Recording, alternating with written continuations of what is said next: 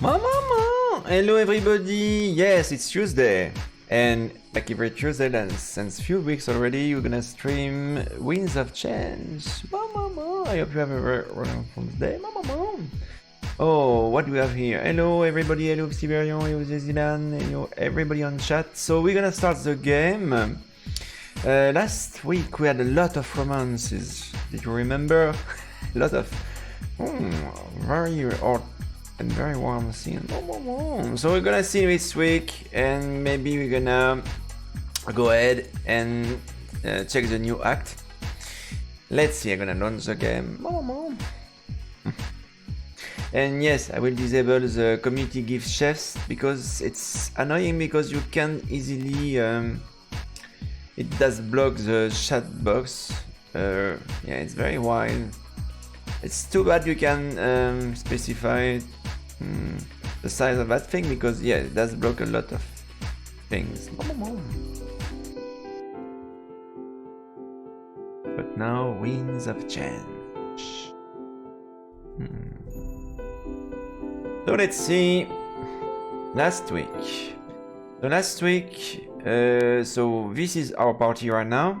We have Fortem, Valessa, Elric, Pro, Damek, and Hole.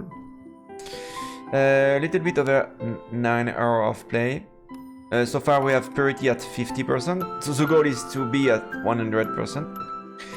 Corruption is on 10, morally on 15. So that's great because you must remember that I don't know which choice are purity or corruption.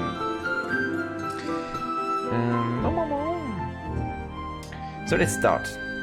Let's load that save and start the game.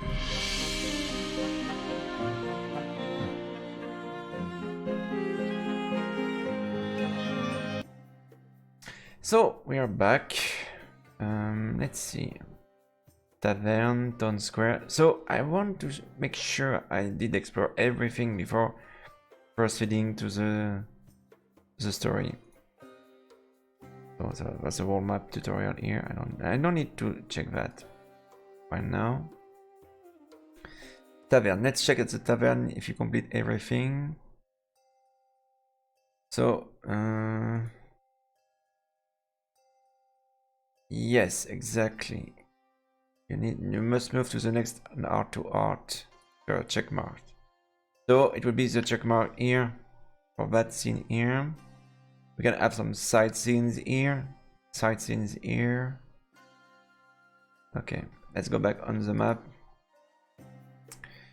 Castle, Town Square. So here we have 2 books possible, I guess. There's tons of vases and jars, furs of whatever product people are peddling. Fortem inspects them with a curiosity that I am lost can describe. However, Ulrich is pretty quick to put that curiosity to an end. Hey, cut that out. You have no idea what's in there. It could be drugs or illegal weapons. There are illegal weapons? Oh, of course, you have to improvise around here. Your goal is to always be stronger than everyone else. That requires some creativity, especially in weapon design. The Great Sword even originated in Alarinthia. You don't see many people carrying them on the mainland. I was raised with it though, so I can't use anything else. Okay. Whoa, that's pretty cool. I wonder what I can find then. And what part of illegal don't you understand?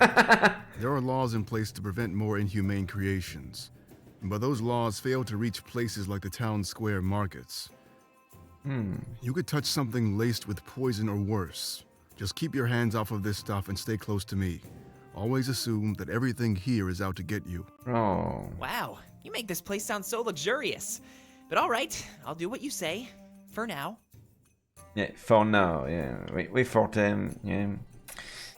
Always the case. But not much to do here. So I guess we must go to the Coliseum or the castle. We have a choice to do, I remember. That's a problem because I can't remember which choice I was supposed to do. Let's go to the castle. Ah yes, there's a... No, maybe we... Yeah, before going to the castle, let's try the Coliseum, maybe. Is there a way to go to the Coliseum? Yet? No? No, we can't travel yet to the Coliseum, so let's go to the castle. Okay. Okay, so this is the first scene here. We enter the castle gates, and to my surprise, I see trees like back at home. There's grass too, almost as green as the grass back in Valley North. I have no idea how Dracu could got this here, but it sure wasn't cheap. Wow, this is incredible. I know you said he was rich, but this is crazy. I've never seen such a fancy place. Not in my entire life. Tamek steps forward, clearly amazed as well. So this is where Dracu lives. It seems a bit excessive, don't you think? I prefer our tunnels, a lot more secretive. Alarenthia is all about showcasing your power. Most rulers add a wing or two to the castle during their reign. It's only going to get bigger and bigger with each passing year. Oh. Unless, of course, Vivian takes over. He's not fixated on that kind of stuff. I can't imagine it getting much bigger, to be honest. What does one ruler need to do with all that space? Well, he has a large army as well, larger than Vivian's. But don't let that sway us. I think you've seen enough to know that this place needs changing. Right, of course. So what, do we just march right in? I don't see any guards or Yeah, security. they're there. Believe me, I think they're there. I look around and he's right. I see lots of partygoers. They're all sipping some sort of alcohol and they look at peace. I suppose this is one way to stop these people from fighting back. I notice a large man exit the castle gates and slowly approach us.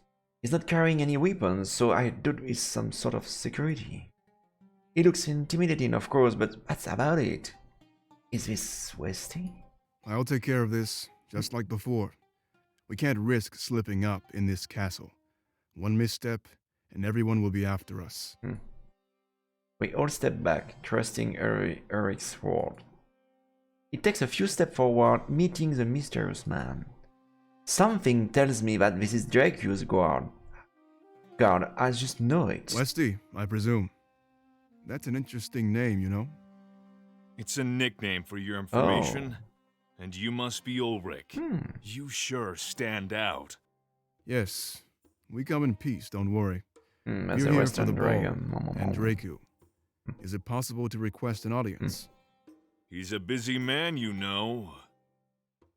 So am I, so don't waste our time. Can we have an audience or not?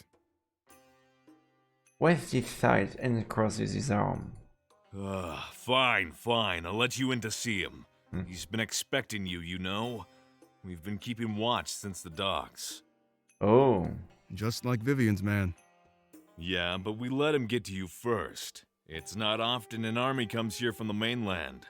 We wanted to hear his offer, so we could top it. And top it. Dracu wants our army as well? We're starting to become popular around here. Yeah. Don't let that get to your head, Ulrich. You're just as disposable to him as Vivian.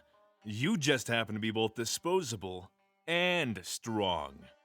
You might want to work on your public relations skills. Look at this ball and then say that to me again. That's right, you can't. Now let's get going. I'll be inside the gates when you're ready.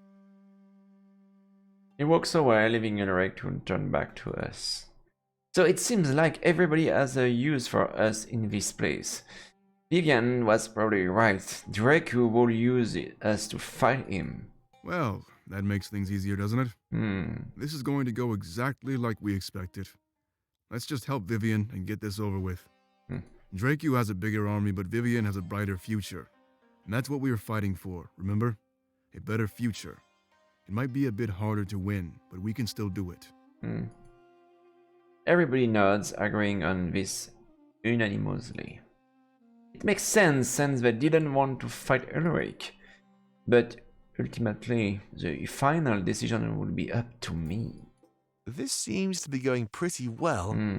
I hope we're not walking into a trap. Yeah, I'm worrying too. Dracu wouldn't try anything during his ball. This is about making the people happy, not scared. Let's hear him out. Yeah. Get this over with for good. I just hope it's not a red boat or red wedding or something like Sure, that. sounds good to me. On your mark, Monarch. Yeah. They all spread out and start looking around the area. Damek was right. Everything seems to be going so well. Too well. We deserve it after what we went through. That's what I think. It's crazy to think that within a few days we'd be attacking Balteus. We couldn't waste any time, we'd go right after securing this alliance. But I think back to the moment on the ship where I touched the blade. I wanted it to show me our victory. It showed me nothing. Pushing forward in spite of that was the definition of hope. If there was anything that would help us win this war, it was that hope. So what do we have here? How did they get these trees to live in this river? They look like trees back in the mainland. They don't belong here. It must require a tremendous amount of care to ensure they stay alive.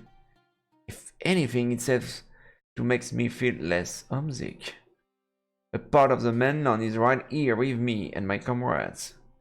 That puts me at ease, so I choose not to question it further. Hello, Joshua. I think we should go to the castle itself. So we have a private room, throne room, ballroom, but it's not open yet, so we're gonna go head to the throne room. The throne room is crowded and full of people partying. I'm fine, Joshua, and you? Normally, I imagine this will be reserved for Dracu alone. But right now, open to everybody, it's almost like a big ballroom. A man sits on the throne, watching the people as if it entertains him. That must be Dracu. I scan the room and I notice Vivian in a corner. Since no one knows what he looks like, he must blend in perfectly. He was snuck ahead of us while we were talking back at the gate. I guess all the pieces were in place. This ball was about to get interesting. I wonder how many people here were part of Vivian's insurrection. Westy stands beside Dracu and I see them whisper to one another. A few moments later, Dracu stands up, eyeing down me and my comrades. I didn't notice how tall and imposing he was until he stood up, almost a match for Ulrich. Silence. His deep voice echoes through the entire room and everybody stops talking. I turn to him as if out of a fear and await his next words, but I know what it will be. Thank for the odds, Joshua. He knows who we are, and with Vivian here, it's likely that he's ready to make a move. We have those who would disturb the peace among us. Guards, lock the doors. We have some business to take care of.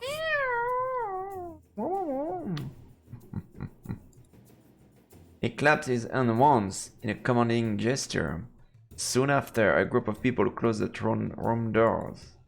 They carry no weapons and are disguised as partygoers. Now, how should we deal with those who disturb the peace?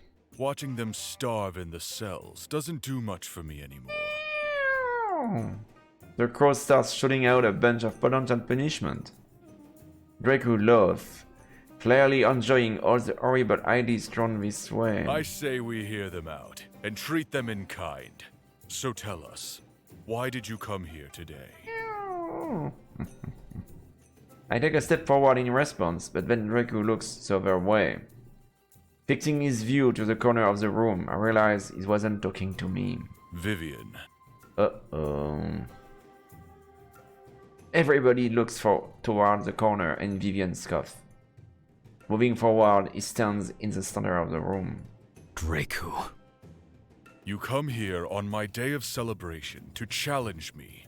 It is an insult to both me and all of these proud Alarinthians. Looking deep into our core, you say we're not good enough.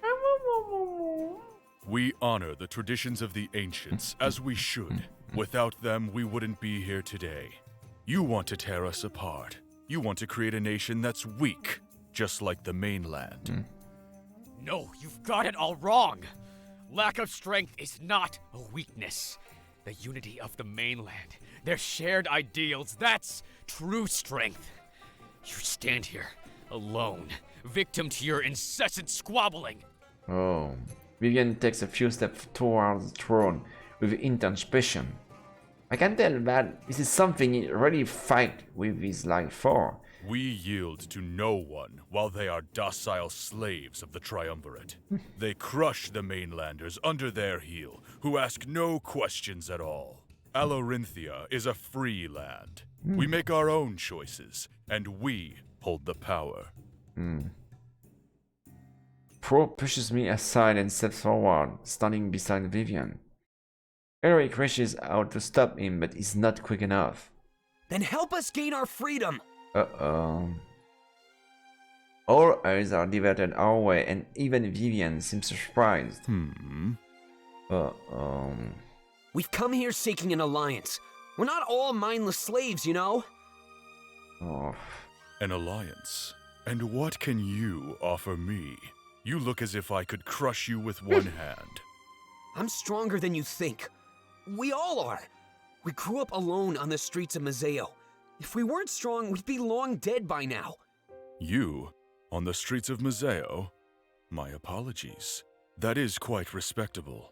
You must be part of the Monarch's crew. Oh, they know about me. Yes, and we've come to seek your aid.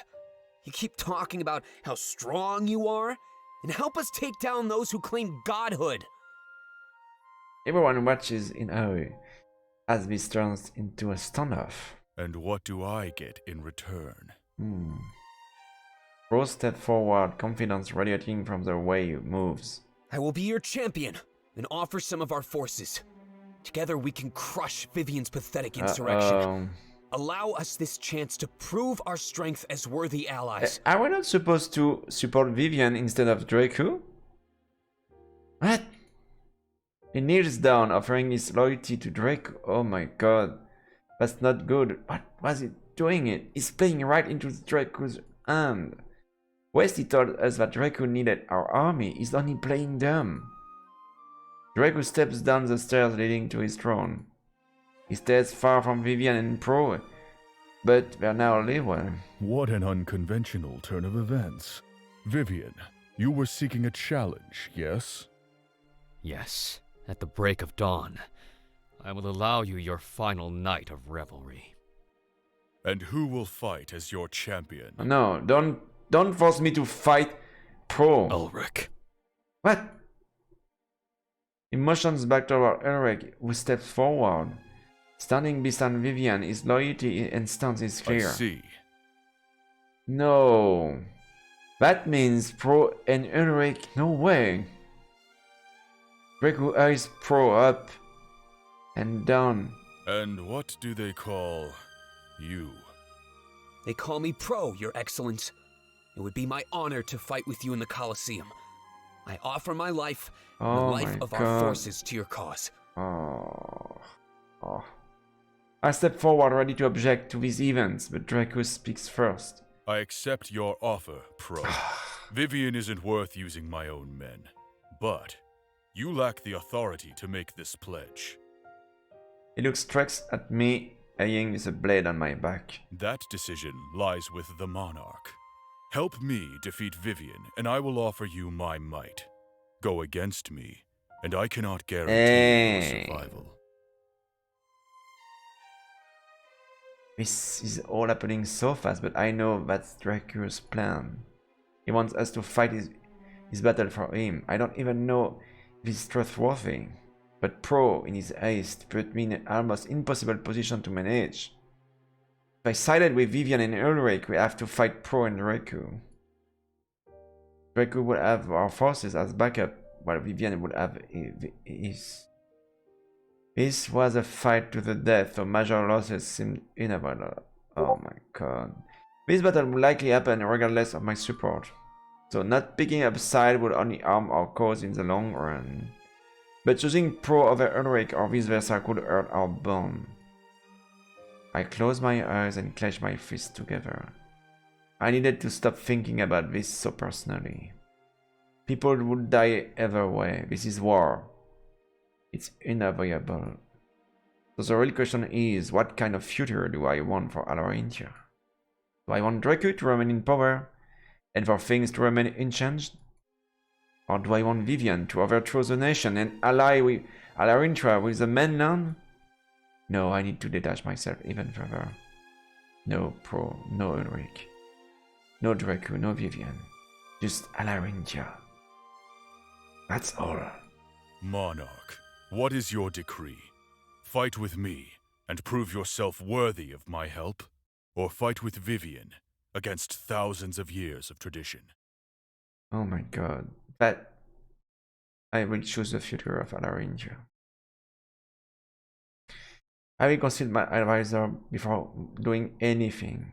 Well, our main goal is changing the world, right? We want a better future for everybody, not just us. It stands to reason that we should change Alarinthia. I agree.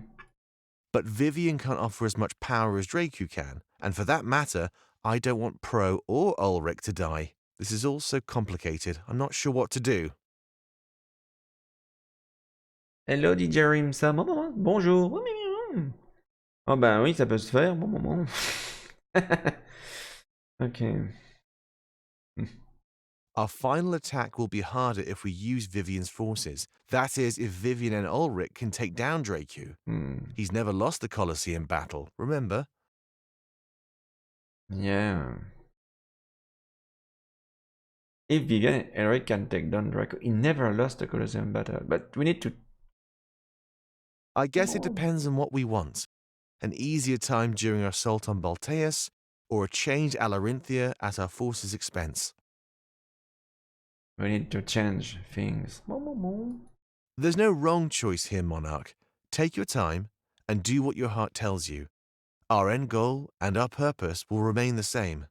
Ah, pour ça, pour apprendre l'anglais? Oh, bah la chose la plus simple, c'est de voyager, de rencontrer du monde et de parler en anglais, de regarder des films, des séries, de lire des bouquins, de se cultiver, connaître la culture et les différents pays.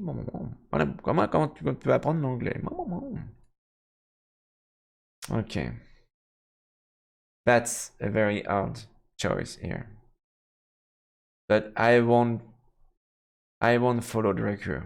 I want Alarinthia to change its ways. I take a deep breath before announcing my choice.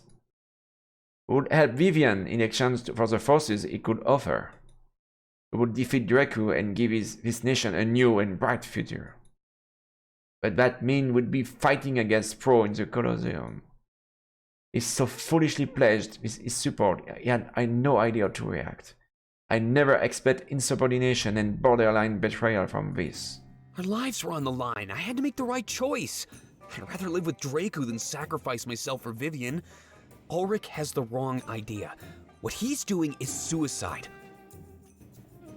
Everybody starts to part ways, but the doors remain clocked. People try to open them, but Draco quickly makes them stop. None of you shall leave. I wouldn't want you running away. He claps his hands and a bunch of servants approach him. Private quarters will be arranged for those involved in the fight. Tomorrow morning, you will all be escorted to the Coliseum.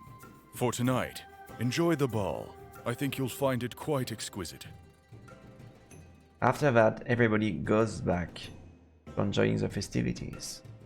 Regardless of our allegiance, we all gather up in the center of the room. I never expect that this chain of events would get so complicated. And Draco handled it in such a calm manner too. A plus tard, DJ Rimsa. And suddenly, confusion and fright soon filled my mind. He played us, he provoked Pro into pledging his loyalty. Hello Jojo Wars, At that point, it was already too late. Pro made up his mind. Unknowingly, we all became pawns in the fight for Alarinthia's future. I should probably roam around the ball until it's time to rest. I could feel out the situation and get feedback from my comrades. That would be key to helping me sort out this ongoing mess in my mind. Yeah. So we have side conversation here, and that one would be very interesting to hear. I want to hear these two.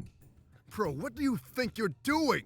I had a plan, and now you've ruined everything. Sorry, Ulrich. It just made sense. This is a fight to the death, right? Draku has never lost. So he sacrificed himself. Oh my god.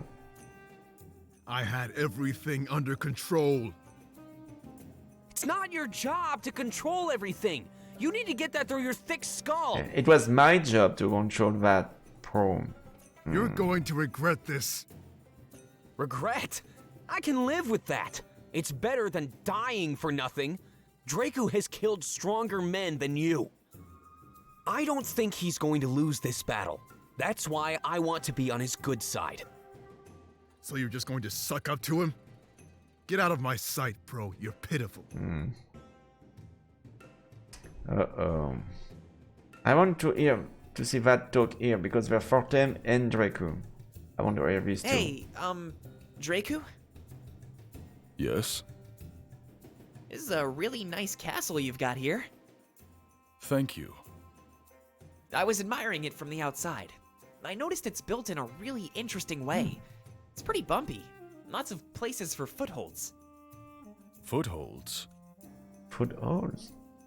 Yeah, like places to rest your feet. Oh. I was actually going to ask you about that. Was it built that way intentionally? For climbing?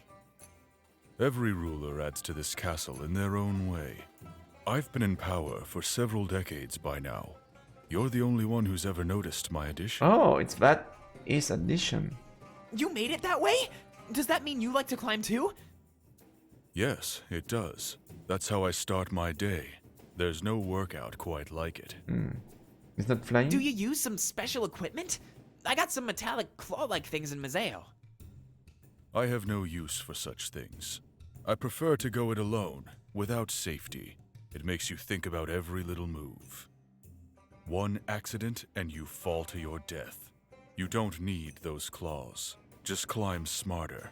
A handicap takes away your sense of achievement. I think I'll need them, actually. I'm planning to climb the Grand Tree in Valenorth. If you saw it, you'd understand the necessity. The Grand Tree. Does it live up to its namesake? Yeah, it does. It's probably the ultimate challenge. It overlooks the entire world, you know? Oh. Interesting. Very interesting. Perhaps I should pay Valenorth a visit one day. I never thought the mainland could provide me with a challenge. This reminds me of the big tree in Dragon Quest. Oh, it can. Trust me. I've been climbing my entire life. Want to hear about more fun places? I can spare some time, yeah. Okay. So let's see what we have here. Can we talk to these people? Yeah. Let's talk to Ulrich because that's... What are your thoughts about unveiled thing? I'm grateful for your support. I really am. I've always told you how much I want to change this place. And now I'm getting the chance. This almost feels like a dream. Yeah, but it's gonna come with big cost. I'm not a fan of what Pro did, though. No. I hate to say this, but I'm prepared to kill him. If I see an opening, I have to take it, Monarch. Yeah, I know. I think I need a few drinks after all of this. Truth be told, I'm still a little confused about everything. But I assume that confusion will wane when the battle starts. I'm going to go check out the rest of the castle. I'll see you around. Remember, party responsibly. Yeah. Okay. So let's see what everyone else is thinking. No. I don't want to do settings. Here. Okay. Anything on what just went down for I'm 10? glad you sided with Ulrich and Vivian. It's important to change this nation for the better. I just wish Pro didn't have to open his big mouth. Yeah, we have to change this nation. And it's not worth to do a big battle and not having things changing in any way. So. There's a very real chance that he'll die tomorrow. We've seen Ulrich fight. I think he'll win this battle. Don't be I so just hope sure. it's Draku that falls, not Pro. That sounds like a horrible thing to say, I know. But we've all grown so close since we met at Peregrino. I'm scared this clash of ideals will tear our bonds apart. I need to get my mind off that or I'll go crazy. If you need me, I'll be in the ballroom down the hall. I heard they have a live band, and I love music. You have some music band in that country? Holy shit. Okay. Hey. I need to talk to you. What are your thoughts or what just happened? I think you sided against me. In the future, I'll remember that. I thought we were friends, you know? When the fighting starts, I won't hold back. I just want to be on Draku's good side, you know? If he ends up winning, I still want to form an alliance. That's not. But if Vivian wins? Well, I don't know. That means either myself or Draku would be dead. I'm not going to think about that. Let's go check out the ball. Oh.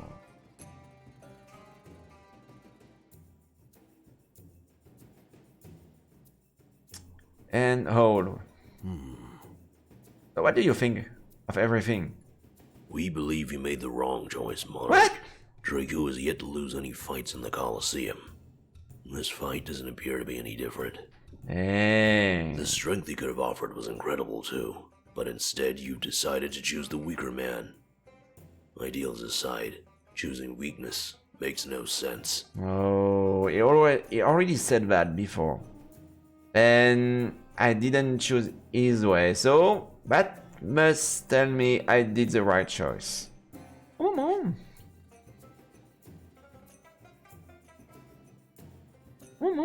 Hello, toi and calme. Who cares about a changed Alarinthia if we lose the war? We could give Vivian what he wants, and then march to our deaths.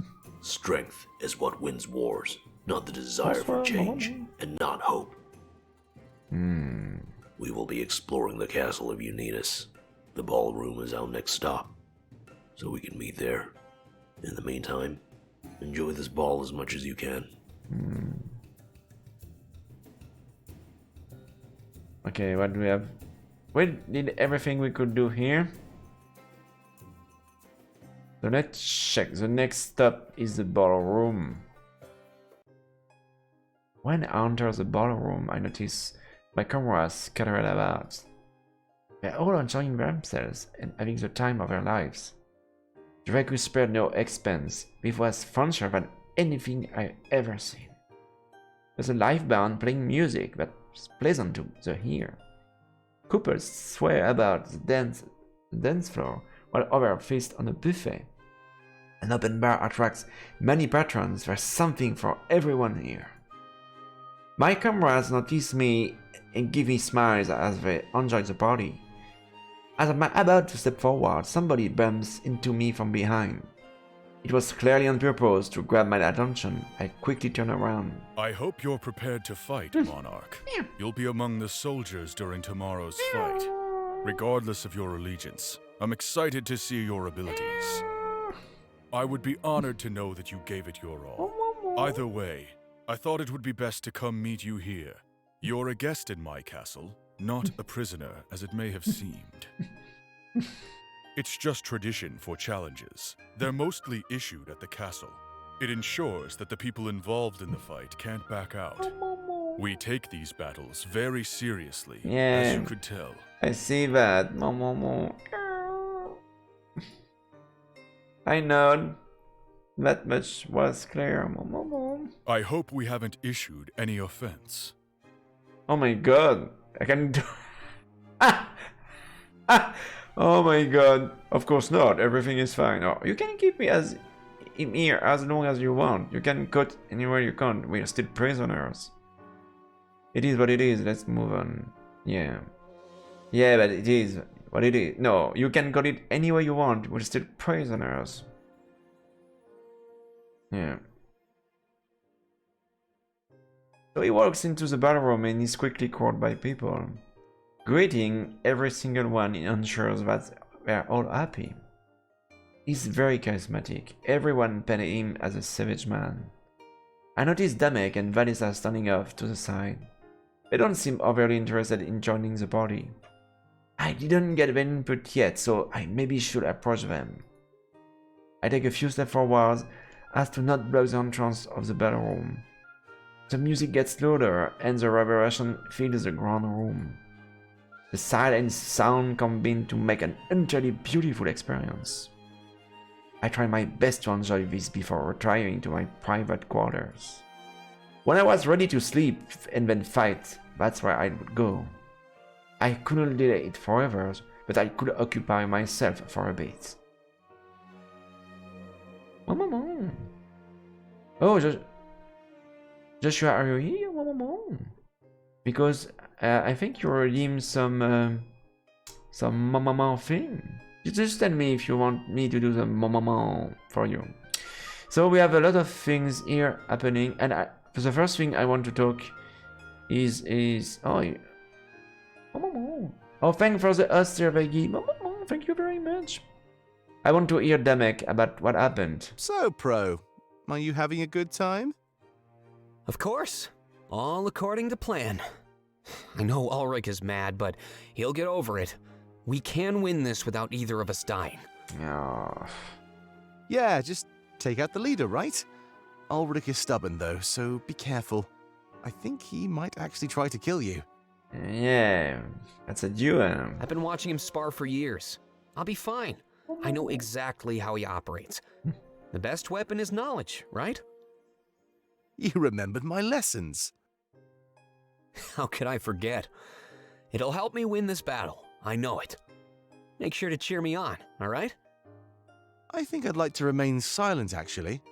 I can't be taking sides at a time like this. As long as we get an alliance, I'm happy. Yeah, but at what cost?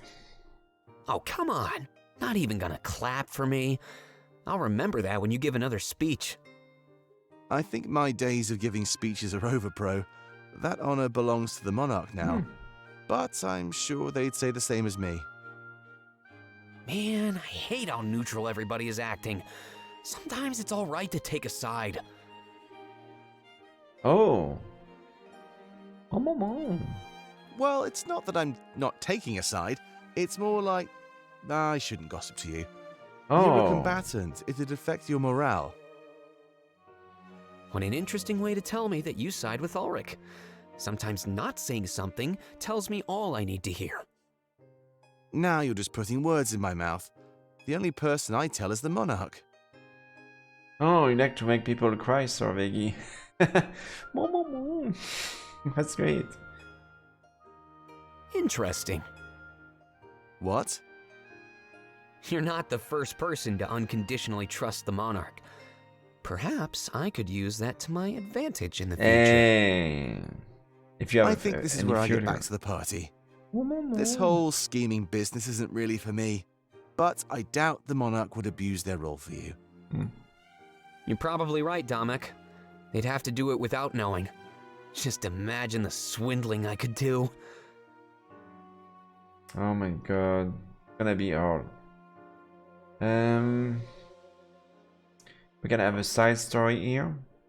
Or maybe we can have... Yeah, these two. I need to hear Vanessa on this. This place is incredible. Draku sure knows how to throw a party. What about you, Ulrich? Having fun? Draku was my enemy, Valessa. We're practically being held prisoner. Despite that, yeah, I'm having a good time. I could tell, actually. How many drinks is that? 5? You don't want to fight with a hangover, do you? It wouldn't be the first time. I've taught myself to fight in any state of being. Yeah, It's but... something you learn to do when you're as old as I am. And how old is that? Old enough. Besides, I doubt I'll have much trouble tomorrow. Even if I fought Draku while drunk, I could take him down. Yeah, So but don't worry about my well-being. Don't be overconfident, I got this. Ulrich. You can fight while you're drunk, too? Of course. It actually makes things easier. Your movements are sloppy and unpredictable. That's all you need to confuse and overpower your opponent. What?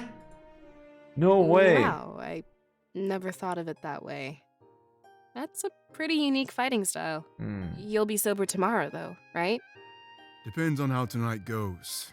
Don't worry about me, I'll be fine. Just go and have a good time, alright? Yeah, this reminds me the Kung Fu drunk man style. Alright, if you say so. This is gonna be super interesting. 2 undefeated men locked in combat. It's gonna be not good. Yeah, I'll make sure to put on a good show for you. It's like a sport. Everybody will be watching intently. You better cheer for me. I'll be listening, Valessa. Sure. Ok.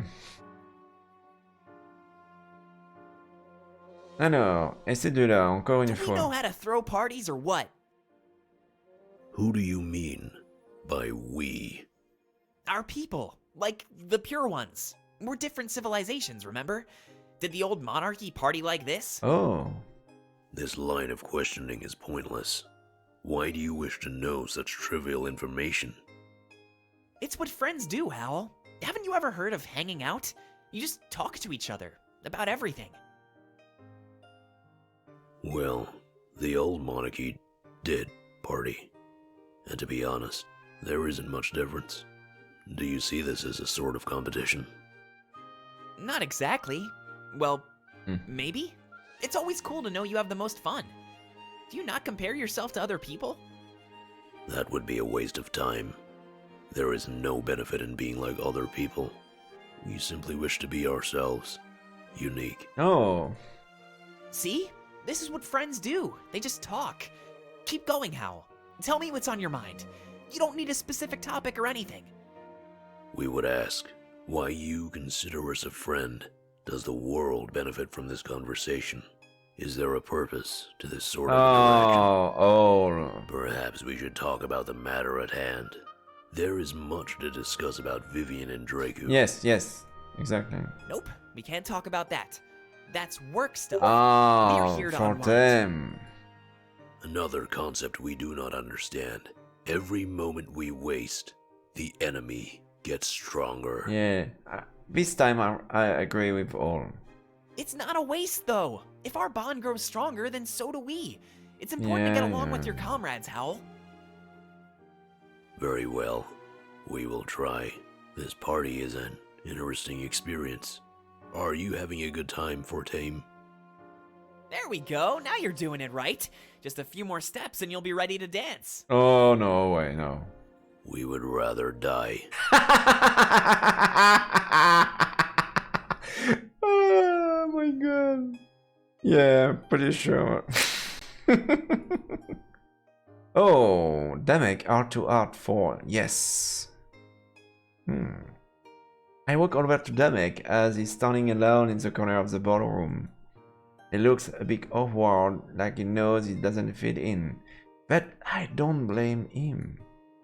With the story he told me last time, I knew a crowded ballroom floor would be threatening him. Hey there, Monarch. I hope you're having a good time. I mean, given the circumstances, Yeah. of course. I can imagine it's hard to have fun when you know what's coming. Actually, forget I said that. I don't want to ruin your experience. I'm just airing my own grievances. Forgive my venting. I tell him it's fine and then stand beside him. Together we watch the patrons dance in the center of the room.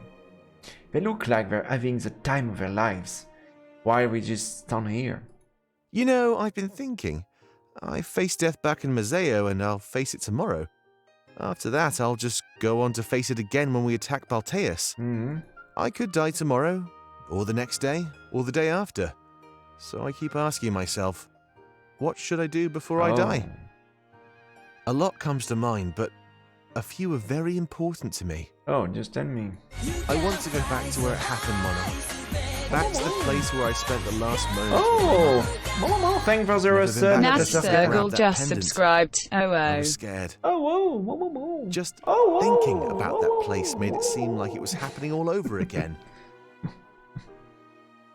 Oh, okay.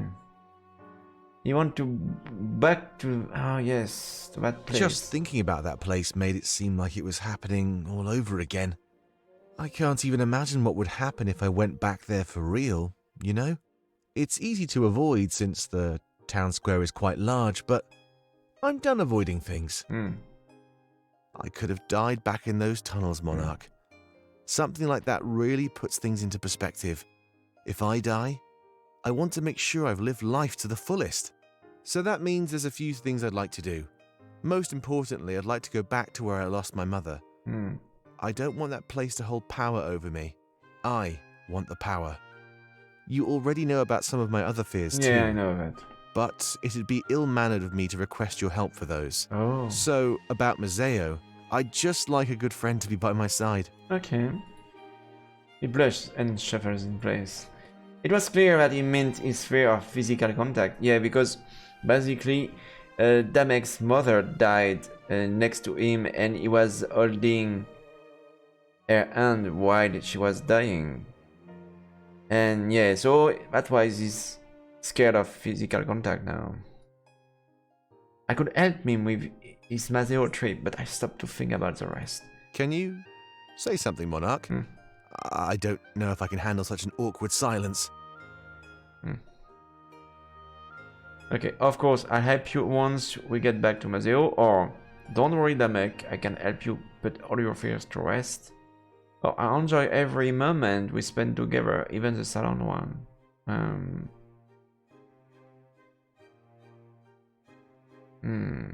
I would love to say that. Don't worry, Damek, I can help you to put all your fear to rest. All of them?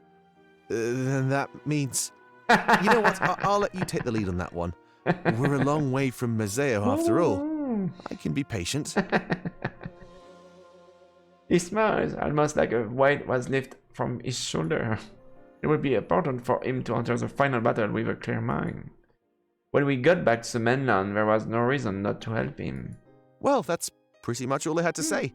I'll let you get back to whatever you were doing, unless there's anything else you had to say before you go. Yeah, would you consider being my date for the evening?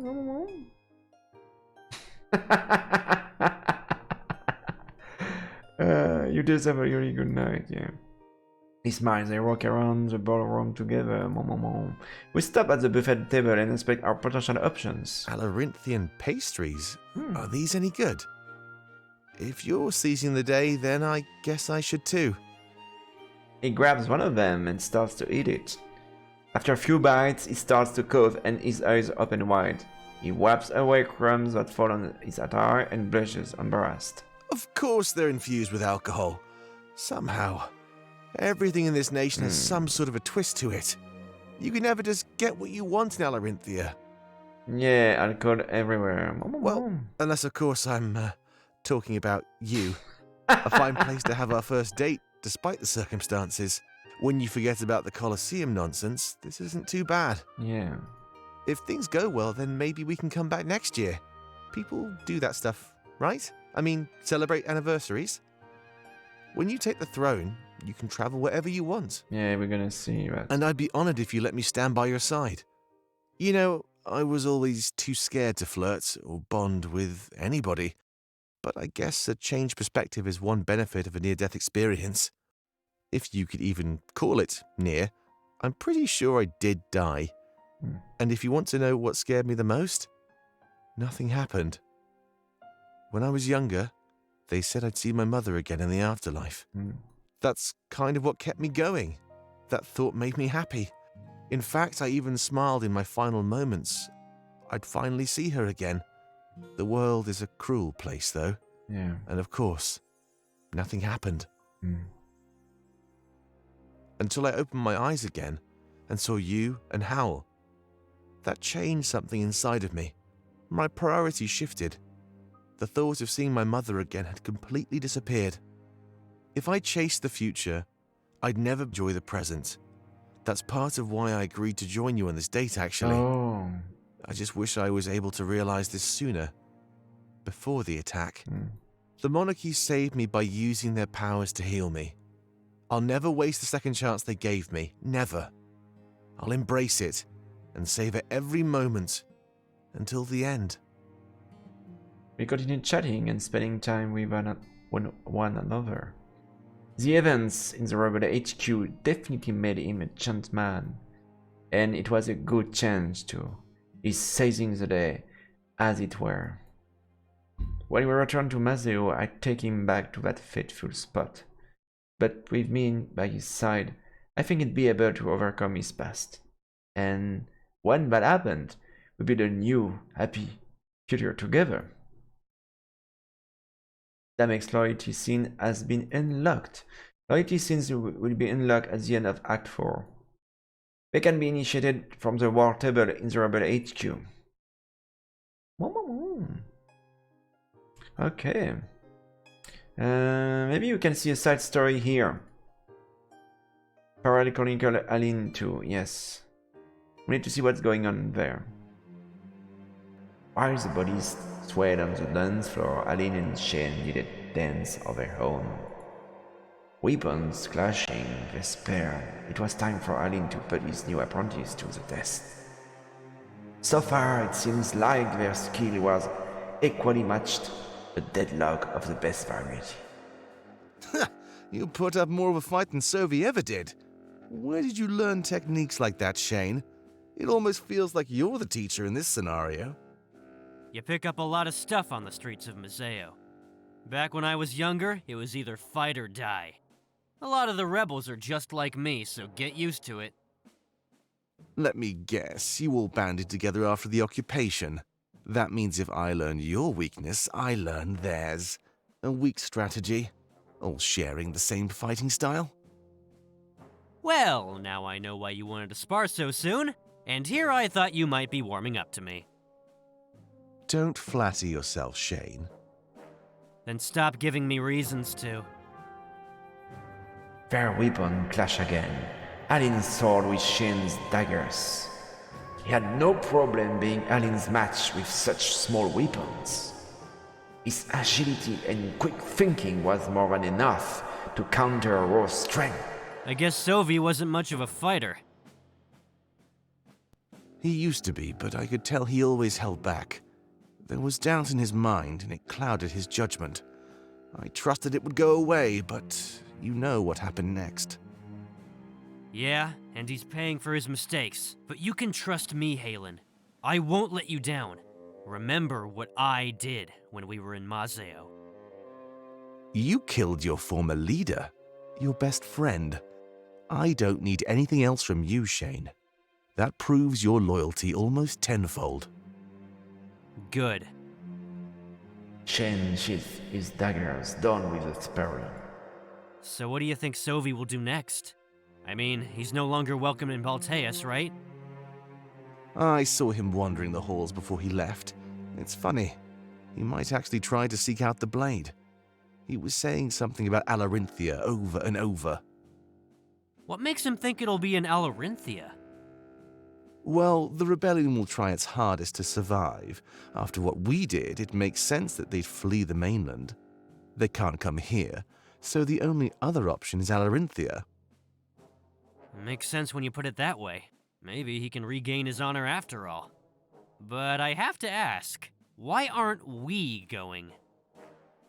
The rebellion will come here eventually. We have the home advantage if we sit and wait. There's no way they can overpower our army. That's smart. So we're really doing this. We're going to end the rebellion. And any more that may come, I sense a bright future for us, Shane. And we'll do it all. For the Triumvirate! Yeah, for the Triumvirate. Okay, so we're back at the ballroom. There was a scene we can unlock here. Yeah, that is the R2 R4. Could be interesting to see that. I approach Vanessa and watch her inspect the buffet table. It looks like she's having a hard time deciding what to eat. It's all free though, so I have some of everything. Why do they need to put alcohol in everything? These pastries would be fine on their own, you know. Just because you can doesn't mean you should. She fills a plate with a few random sweets. It appears that they're all alcoholic in nature. Looks like druggies are alcoholic. In that country at least. That sounds fancy, but they're all just those. The locals are sure eating this stuff up, though. Call me old-fashioned, but food and drink should stay separate. If this is a delicacy around here, then Alarinthia isn't really my place. She smiles as she continues filling her plate. But you gotta eat, right? This isn't the kind of place you want to go hungry. I never thought I'd miss some of the food back in Valinor. Especially in this place. But enough about that. Are you having a good time, Monarch? Aside from the whole Coliseum business, of course. So yeah, Draco sure knows how to throw a party. It's much better now that I'm with you. It's more like, I used to say, he's prisoner forever. I can't believe there was nerfs holding us here. It's alright, I suppose. Yeah, I'm gonna say, yeah, Draco sure knows how to throw a party. That's for sure. Everybody seems so happy. It almost makes you forget where we are. I never pictured Alarenthia as peaceful. Yeah, no. No, it's fake. It's fake. It's wrong. She smiles softly while eating the pastries on her plate. It is much longer until we're all gone. She must be been starving. I don't blame her. The journey here was taxing in every possible way. Oh, I forgot to tell you. I talked to Alex a little more on the way here. You know, to learn a little bit more about our parents. Oh. Part of me was hoping to hear something positive. Oh. You know, like they were paragons of virtue or something. I thought maybe, just maybe, they were good people. As she talks, the live band starts to play a bit louder. People float to the dance floor with their partners. Balissa watches all the couples with a wide smile. She places her empty plate back on the table. Sorry, the music kind of cut me off. Right. I was talking about her parents. I learned so much about them on the trip here. Tell me everything, I'd love to hear. She nods and smiles. Just a quick warning, it's not the best atmosphere for this story. I mean, talking about pirates doesn't exactly fill one with joy, but I think it's important to know more about our families. I agree. Like I said, I was hoping to hear some good news. I always pictured our parents as these perfect, heroic people. But it turns out they really weren't. They were bad people, Monarch. Yeah, but you can choose your family. I know pirates get involved in shady things, but they embraced it. Killing, stealing, smuggling, you name it. They were legends in Museo. They had a whole network operating for them while they were back home. At least we were good at their job. That's how they managed to have a presence in both nations at once. I went to Museo every month or so to inspect their operations in person. Explains how they managed to raise us and balance their double lives. Maybe it's for the best that they passed on when they did. The village and Salus raised us. They gave us our sense of morals. I can't say I'd be too happy if I inherited the morals of our parents. They could have dragged us into the life of piracy as we grew up, too. That would be dangerous. We could have died years ago, you know? If you died, then right now, the world would have no hope at all. So, maybe the occupation was meant to happen. It's guided us to where we are now. Shaped us into who we've become. If we let them shape us, then I have no idea where we'd be right now. It's so weird, since children usually aspire to be like their parents. But right now, I'm using them as a roadmap on what not to do. All I can do is dedicate my life to being better people than them. Maybe that can undo some of the damage they've done. Because I know they tore families apart. They killed and robbed.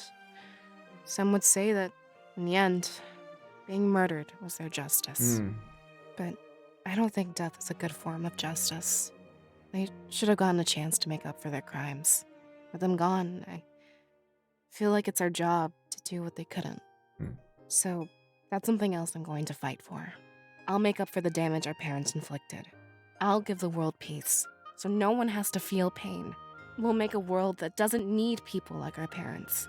A world that treats everyone with unconditional love and equality. No one will have to live in poverty or turn to a life of crime. Nobody deserves to be a victim of circumstance. To have their life determined by the world around them? No, it's not it at all. We shape the world, not the other way around. That's well said. She looks in my eyes with overwhelming determination. So let's shape it into something beautiful. A place where no one has to resort to being evil. I'm sure our parents were introduced to it somehow.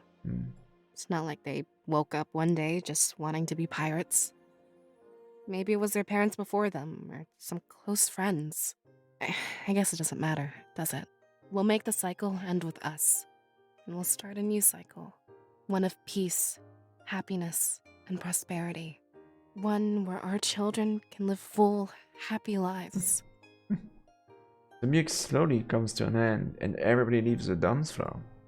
Ballista watches for a while before speaking again, enjoying the moment. When we get back to Museo, I want to see their old hideout. And I'd really like it if you'd come with me, Monarch. Oh, It'll really? give me a sense of closure. And let me move on. Okay. I never thought I'd learn more about our parents in this journey. And I'm even more surprised that it's a truth I never expected. But if I could go back and never learn it, well, I wouldn't. It gives me the drive to become a better person. And it really makes me appreciate everything I have. Including you, Monarch. I could never do this alone. She smiles and then examines the room. I'll let you go and tend to some business, Monarch. I should probably talk to Fortum about this stuff too. He deserves to know about his parents just as much as us. I nod and watch her as she slowly walks away. Only she could turn her horrible truth into such contagious optimism. But she was right. We'd create a better world where no one had to be hurt. Ballista's loyalty scene has been unlocked. It will be available after the completion of Act 4. Loyalty scenes can be initiated from the Rebel HQ war table. Okay. So I think we complete that screen here and we can head up to private quarters to end the night. Oh, wait. Oh. Okay, so now we can go to private room here. As soon as I get to my private quarters, I rest the blade beside the bed. It feels good to get that weight off my shoulders. Too bad the relief will be ephemeral. I sit down in the bed and think about what will be coming the next few days. A tournament to decide the fate of Alarintia, an alliance to help us attack Balteus. Not even a day or two after the Coliseum battle would be setting into the final battle. Would we win or we would perish? The blade showed me nothing when I asked. I sit down on the bed and decide not to try using the blade again. The anxiety of not being able to know almost wasn't worth it. It was supposed to do what I wanted. Was I not strong enough? The blade was so mysterious. I'd probably never know. I lay down, having had enough of today's event. Things were crazy. Just when I think we get to relax, we push into more conflict. But this conflict has clearly proven divides amongst our team. Pro and heroic against each other, Vivian and Draco too. Perhaps this is a lesson that casualties are unavoidable.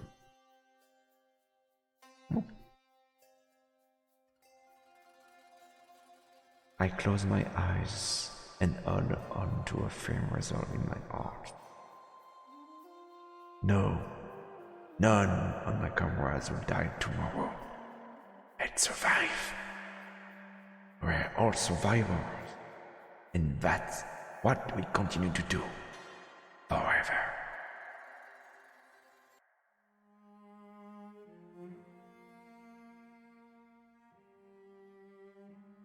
Instead of falling asleep, however, I find myself someplace familiar.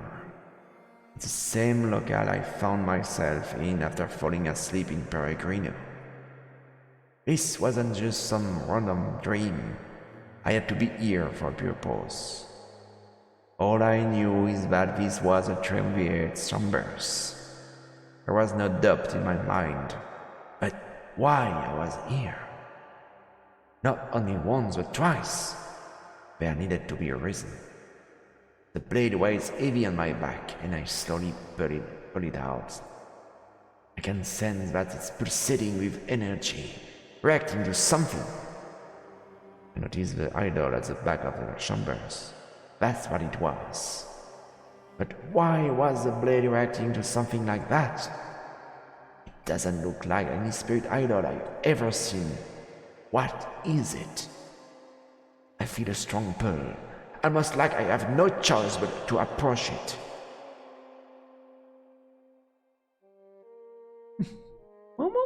I need to click. I take slow, heavy steps towards the idol and I feel eyes upon me. Not just one or two pairs. It's almost like all Alestia is watching me. I can sense my comrades at my back, almost as if they're encouraging me. It helps me push forward as I feel resistance emanate from the idol. Why would I feel such a strong pull to something that doesn't want me? I push through, in spite of that resistance, and continue to act instinctually. Yes, fulfill your purpose. Do what you were meant to do. That's the triumvirate's voices. I remember it from the last time I was here. I have no idea what they mean by my purpose. Still, I can't deny my instinct, and I keep pressing forward. It isn't much longer before I'm standing in front of the idol. It right as pure malice and pure evil. It fills me with fright. I look down at my blade. Was I meant to destroy this? I'm confused as to why I'm doing what the triumvirate tells me to. It's that conflict that causes this dream to end and jolt me awake.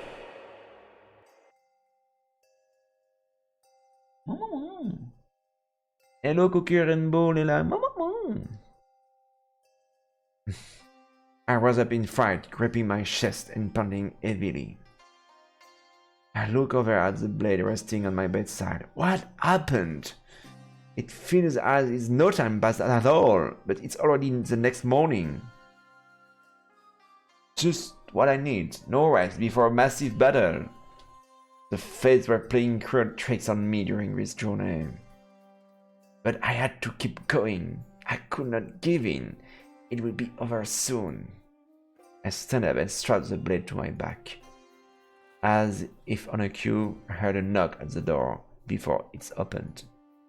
Draco steps in, not seeming to care if I was receptive of him. It's your turn, Monarch. My turn? We're transporting you to the Coliseum one by one. That way you're less inclined to try and escape us. You'll be the last one, so it's almost time to fight. I know, it all makes sense. I'd advise not wasting much time, but head to the Coliseum when you're ready. You'll be followed by myself and a few guards. Oh, and good luck. You'll need it. The entire nation will be watching and cheering, but whether it's for your victory or demise remains to be seen. He rests his back against the wall and crosses his arms. This is really happening, a battle to decide the nation's fate. I guess I'd head to the Coliseum when I was ready to fight. Okay, Mama. Let's see what we have in this room that could help me, Mama. Maybe a machine gun or something. A book rests on the nightstand. It appears to be about Coliseum battles.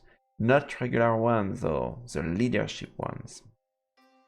I wonder if it was placed here on purpose. We did play into Draco's hand after all. The evolution of tournaments. Initially, rulers of Alarinthia were decided during a simple one-on-one battle, but citizens quickly realized that this was not the best way to gauge a potential ruler's true strength. They needed to add more. Champion this is when system. the champion system came into play.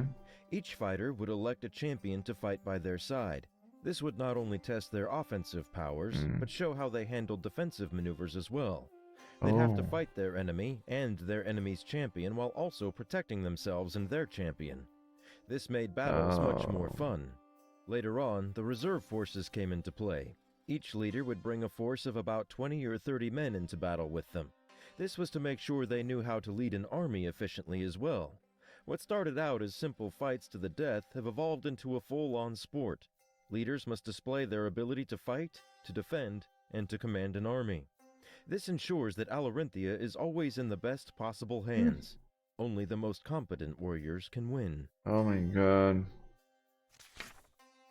Okay, that gotta be something.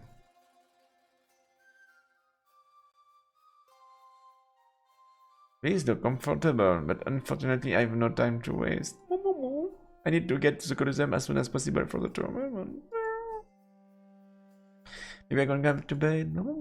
I'll go back to bed if I weren't so hot in this room. Oh, I guess we also have a tournament to fight in. Yeah, but I'm scared of what will happen. Okay. I'm gonna save the game now.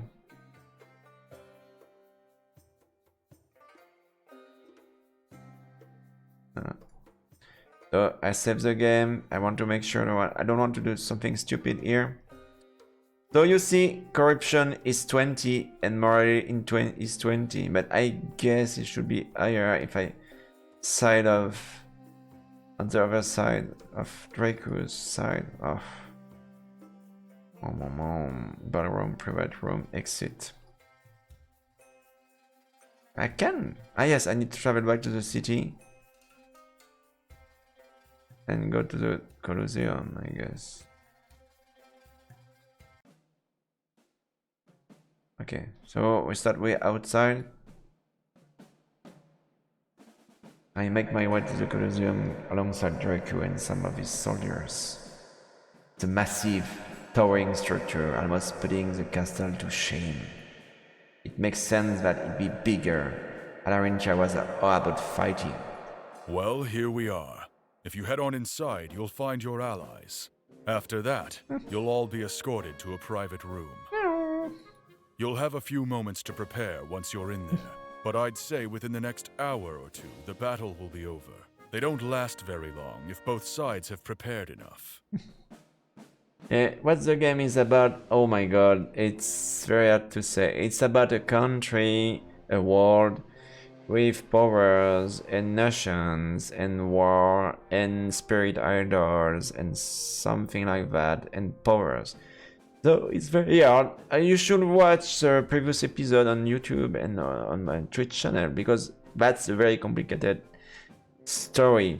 But here in that game here, I choose to be a king here, and I'm trying to get an alliance from that guy or another guy, but I choose to not side Draco here and to chat with another dragon. Yeah, because I want to change things, because Draco is the current king here. He crosses his arm, looks at me dismissively. You may wonder why I'm doing this, even though you sided against me. The answer to that is, it's in my nature to show my enemies some kindness. I do not kill in cold blood. I will mourn you and honor your memory, Monarch. That's not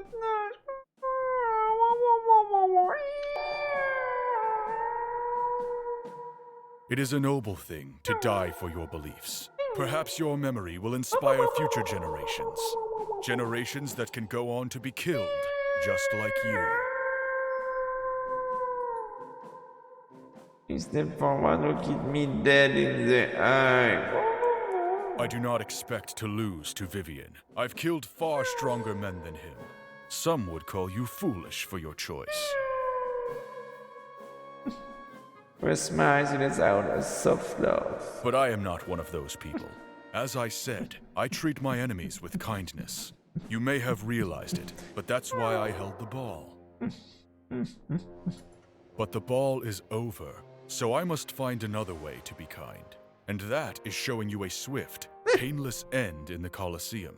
You wish to die for your beliefs. It would be my honor to aid you.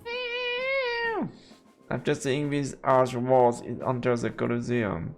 I have no choice to follow him, as the guards block any avenue of escape. There was no way we'd lose. We have Elric on our side. It's a match for Draco. Oh my god. Yeah, before going in there, we have a side scene with Sovi. I want to see what's going on with Sovi right now. Sovi looks on the ocean, watching the ripples and waves. He remains silent, attracting the suspicion of the captain. Approaching Sovi, he attempts to converse to pass the time. It shouldn't be longer than a few more hours, but I have to ask, what brings you to Alarinthia? It's probably better for you not to know. I don't want to involve people in my problems. Involve away. What else are we going to do? You paid me tenfold to take you and you alone. How can you expect me not to question that? I expect you to do the job you're paid for. Anything else is unnecessary. Don't you agree? Look, the way I see it, we're friends here. If you need a ferryman back, I'd love to help you out. Treat me with a cold shoulder and you could get stranded. Is that a threat? Uh-oh. Of course not. I'm just curious. Here, let's start with the basics. Oh what kind of work do you do? Don't do that to Sovi. You already know what I do for a living. Don't you think I deserve to know as a courtesy? I don't care if you're breaking the law or anything like that. No, I'm not breaking the law. But honestly, I don't know how to answer your question. I guess you could say that I'm between things right now. And why is that? I thought it was time to seek out better opportunities. In Alarinthia? To be honest, I have no idea. I just know some people who might be there. Talking to them should get things on the right track. And what line of work are you in? I guess you could say I seek out information. Nothing pleases me greater than learning the truth. But the people I worked for were far less than honest. Lied to by your bosses? Join the club. They'll do anything to save face and get their way. That's part of why I work on my own now. I get you. The captain scoffed, surprised at Sovi's earlier existence. Is that what you were so worried to open up about? Trust me, almost everybody knows what that's like. I hope your next opportunity is more fruitful. I can only hope. So what did they lie to you about? Everything. Then I can see why you'd run away. Excuse me?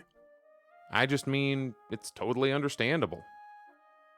Sovi stepped towards the captain, clenching his fist. He brings himself face to face, as if trying to intimidate. I'm not running away. I'm doing what's right. The captain matches his gaze, taking one step forward. He didn't give in to Sovi's intimidation.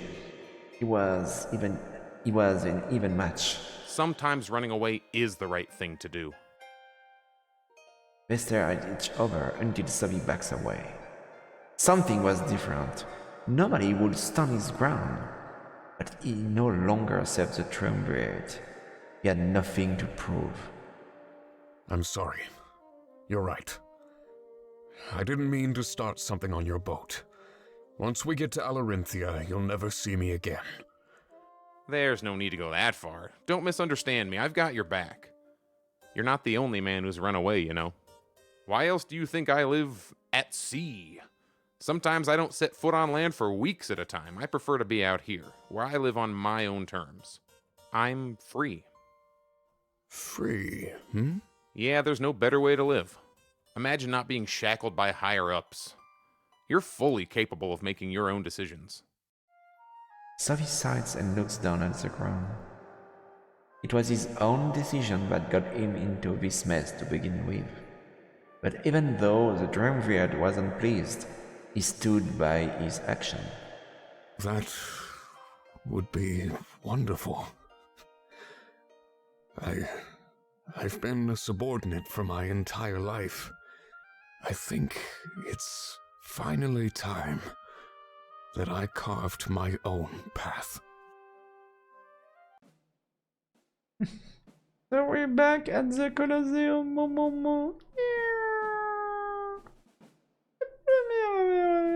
So we're gonna move. So there's a minute room, that's the entrance here. I enter the Coliseum and quickly scan the area for my friends. A massive flame burns in the center of the room, making the heat even worse. I wonder why they do something like that. This place confuses me sometimes. Draco is nowhere to be seen. Perhaps he's already in the private room. I notice Vanessa Fortem and Owl standing far away from the flame. No sign of anybody else, though. I decide to approach them and ask, "What's up?" They turn to me and smile while Owl shows a face of complete indifference. I can't believe how cool this place is. Too bad I can't actually enjoy it. I'm super stressed. I'm really worried that we might lose somebody today. Yes. Have we actually worked out who's fighting? I mean, which of our members are joining Draku's reserve forces? The leader and the champion we know, but what about everyone else? Owl steps forward. Ulrich fights with Vivian. Pro fights with Draku. Vivian's reserve forces are part of his own army. Draku's reserve forces will borrow from our army. What? We believe using our created seers will be the best idea. What? We wouldn't want to put any of our main members at risk. If we win, our allegiance will make this sacrifice worthwhile. What? It is unfortunate that we will have to kill our own, but we cannot change what Pro has set in motion. All we can do is try to focus on taking Draku's life. Yeah. He looks at me. As for Valessa's question, the monarch will fight among Vivian's reserve forces. It is important for the leader to fight for their beliefs. No delegation at times like this. This means that several of our key members will be put in harm's way. It may be impossible for us to avoid the loss of our reserve forces. But we need them. But we may be able to win without losing any of our comrades. For the final battle, we need them. We must simply focus on the lives of Vivian and Draku. He crossed his arms, speaking sternly. It was more of a demand than a request. Do your best to kill Draku before any harm can come to Pro or Ulrich. Yeah, I know we have the that. option to mitigate our losses, so we must take it. No pressure or anything like that. So you'll be safe, Hal? Along with myself and Fortum? What about Dominik? He ran off with Pro and Ulrich. I suppose we'll find out. We should head to the private rooms and prepare. The battle will be starting in a matter of minutes. Dominik ran off with both of the champions. That's odd. I guess they've been close friends for a long time, though. Perhaps he just wants a chance to say goodbye to them. The odds of survival for everybody involved were less than stellar. But there was nothing we could do. Everything was put into place. Let's go ask him ourselves, Monarch. This whole ordeal is kind of confusing. For a while, I was scared I'd have to fight. Yeah, same. And I was really worried. But now I feel bad that I'm just going to watch. This whole situation is so You mean I don't have a up. choice? You're not supposed to fight you, but you're gonna send the army of seers. That's wrong. It is less than ideal, yes, but we cannot change our circumstances. Let us gather together for last-minute preparations. Only by preparing for the coming storm can we avoid tragedy. If we stand here any longer, the odds of losing our comrades will grow. Do not let the enemy get the upper hand. That has happened enough.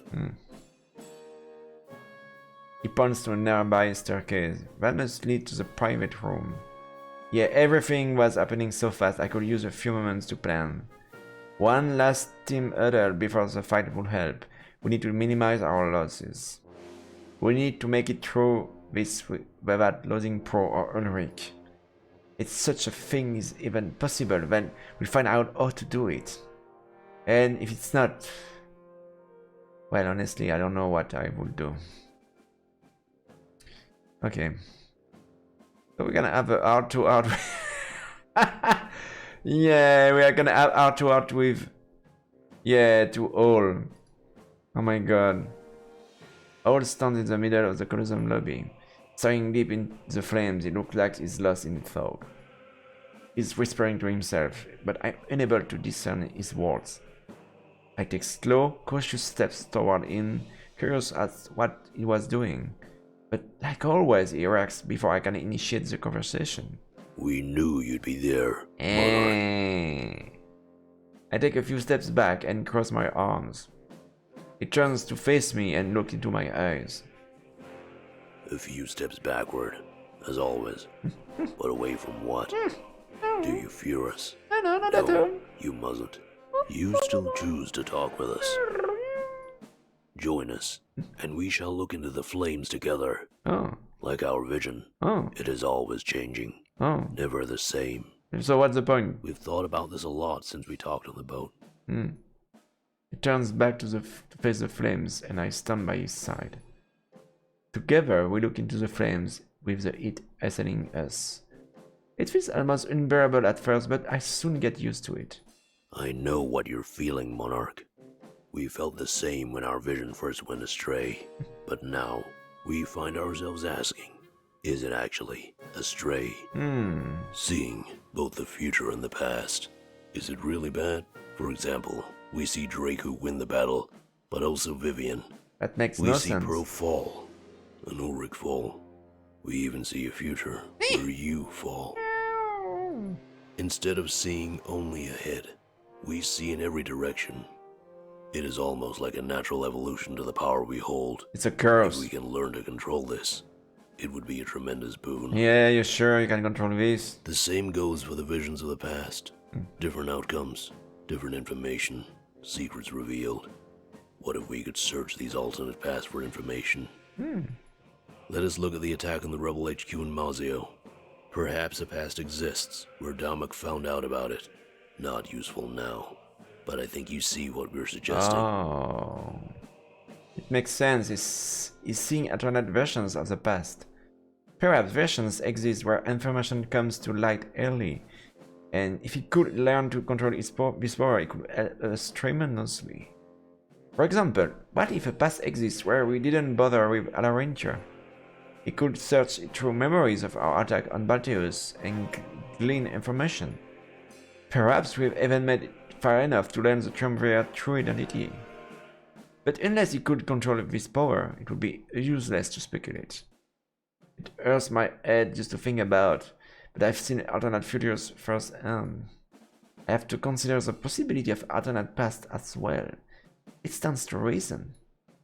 There was no real explanation for either, but though both were oddities.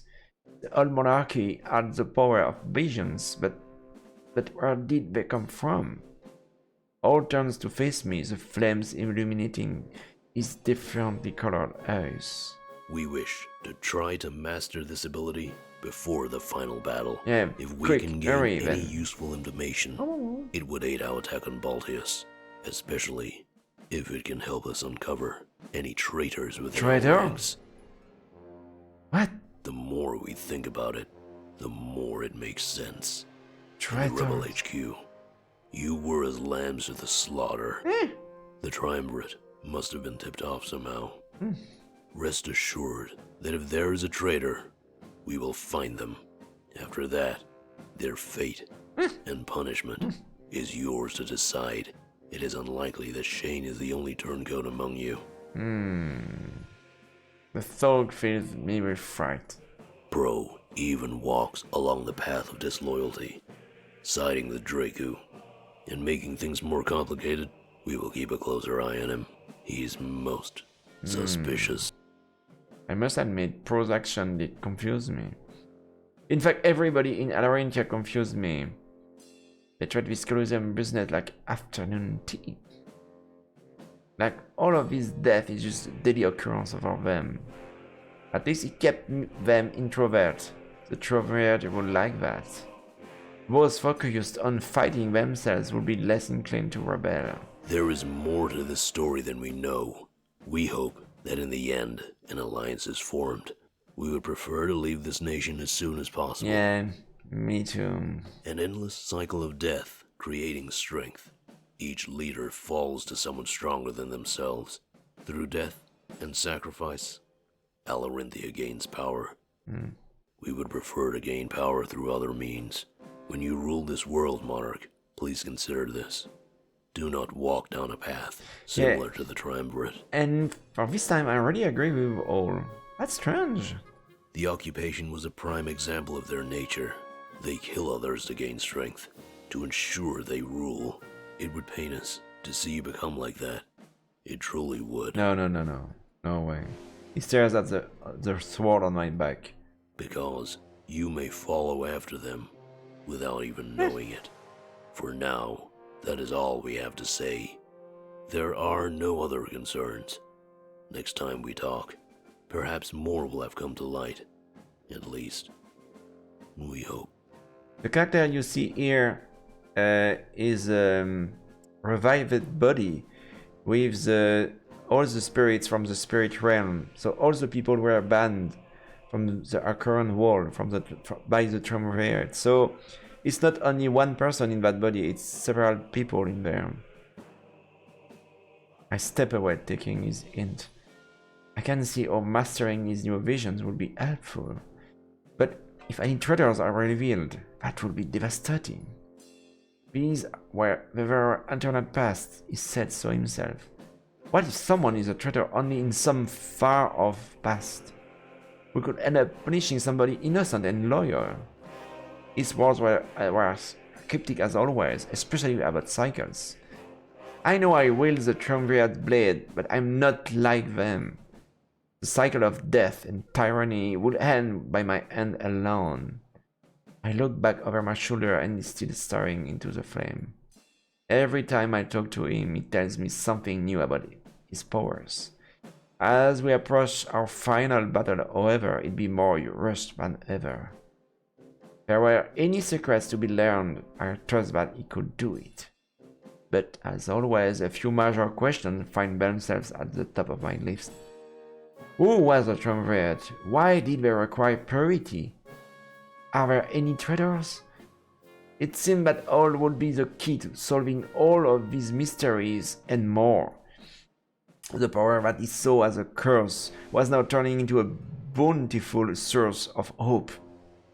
What was the miracle of changing views, your curses, and your fault become strength?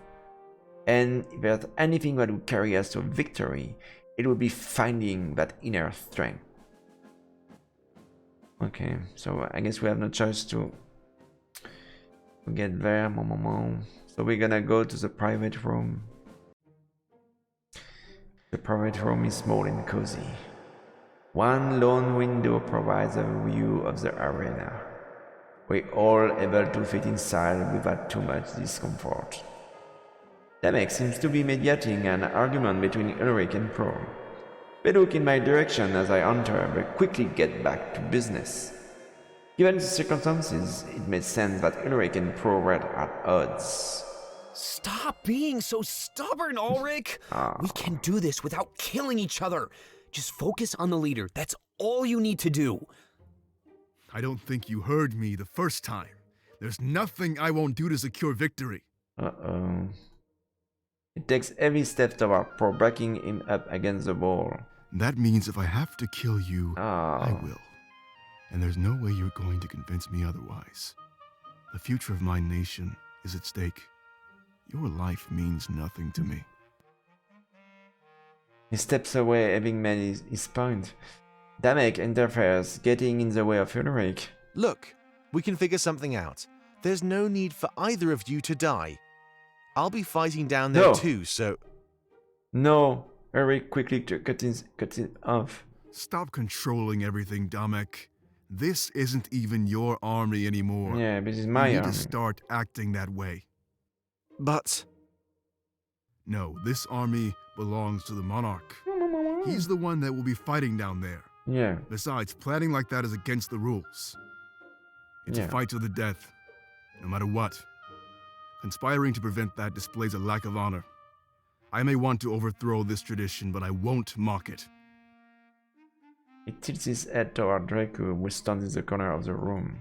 Mutual respect. That wasn't something I expected, Ulrich. There's nothing I enjoy more than an honorable opponent. It almost makes up for the attempt at crashing my ball. He smirks, a sinister look on his face. But it doesn't mean I'll go easy on you. Where is Vivian, by the way? Did he run? No, he's in a separate room. Something about meditating before the fight. I leave him be until it's time to do this. Hello, Cabalet. Yes, I'm having a good stream. It's a great story. Thanks for watching. Yeah. Thank you. Thanks for looking me.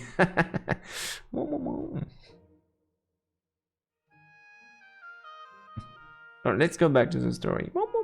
Speaking of which, may I request some time with my comrades? If the battle is starting soon, then some farewells may be in order. Yeah. He looks at Pro and as his word was a sort of threat. Of course. I didn't mean to intrude. As soon as you're ready, we will begin. I'll be in the lobby while I wait for you all. Soon after, we left alone, just me and my comrades. A tense feeling permeates the air. Things were different now. Even if Ulrich and Pro survived, a rift had grown among our ranks. And at this point in time, I'm unsure if we could mend it. I gulp as I wait in silence and wait for someone to speak. It's Pro. He seems to be acting pretty sensible right now. Okay, so let's go over this situation before the fight begins. We need to make sure we understand exactly what's going down. The upcoming alliance will ensure our attack on Balteus hits hard. Yeah, I agree. I'm fighting alongside Draku as his champion. The fight is over if either him or myself fall in combat. Our reserve forces will consist of the created seers. On the other hand, Ulrich is fighting alongside Vivian as his champion. The Monarch will fight in Vivian's reserve forces alongside his army. Yeah. It may not be as strong as Draku's, but Vivian isn't about strength. If Draku wins, the nation will stay exactly the same. But if Vivian wins, he will lead Alarinthia in a new direction. Yes, that's right. Hopefully, one that allies itself with the new monarchy. Pro crosses his arms. Someone will die here today. Yeah. Either Vivian, Draku, myself, or Ulrich. But these deaths will not be in vain. They will give our army incredible strength. Their lives will help us reshape this world. Or mine. I'm ready to die for this too. We wouldn't stand a chance if we attacked Balteus on our own. An alliance is necessary, and this is the best way we can get it. One life taken here today is worth it to change all of Alestia. To finally take this world back from the Triumvirate.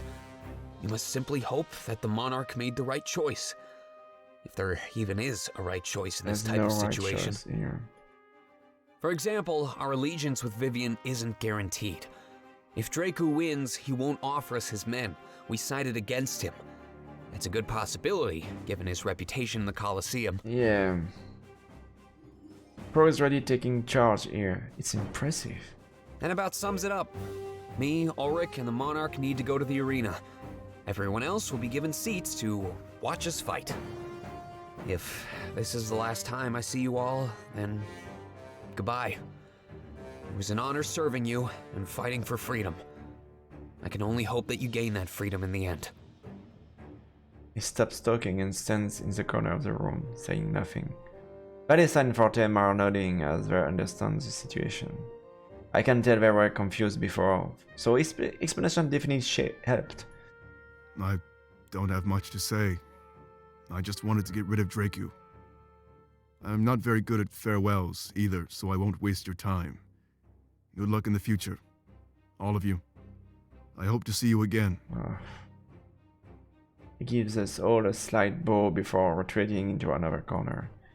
This leaves me with old Damek, Valessa and Fortem. The created seers are already waiting by the arena.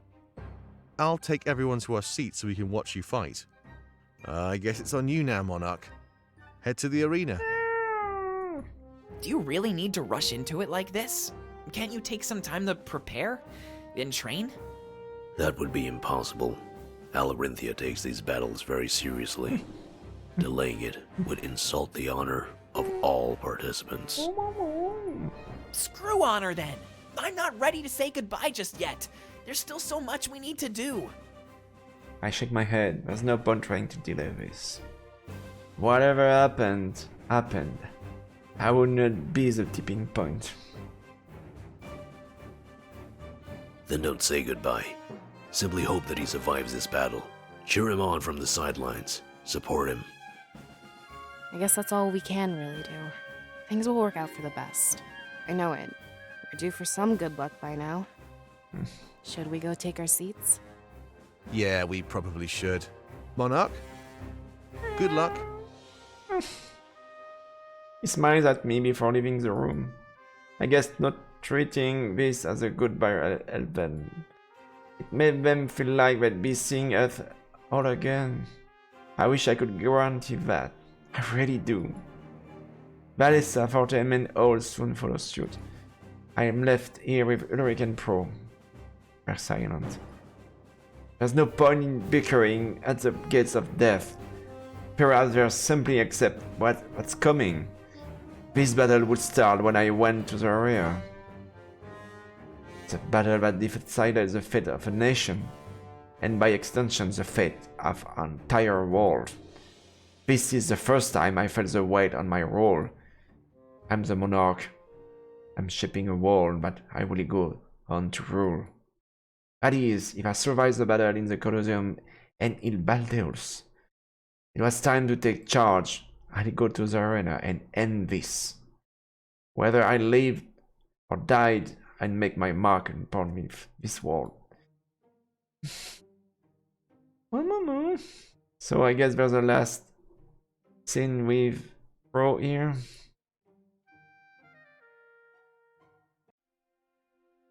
I approach Pro, Roman standing in the corner of the room. Looks like he's scared or nervous, but that's understandable. In mere moments, we'll be fighting for the future of our army. A few moments after my steps come to an end, Pro looks at me. Sorrow appears on his face, and it looks like he's filled with regret. Look, I'm sorry for making things complicated. I've been getting looks from everybody. They hate me. I put my life at risk and foolishly offered our own army. We need that army for our final attack on Balteus. Everybody thinks I've condemned us to death, but it's not true. This situation is super complicated and their vision is so narrow. I wish this didn't have to happen right now. Especially after that moment we shared on the boat. I'm guessing that this is it for us. Isn't it, Monarch?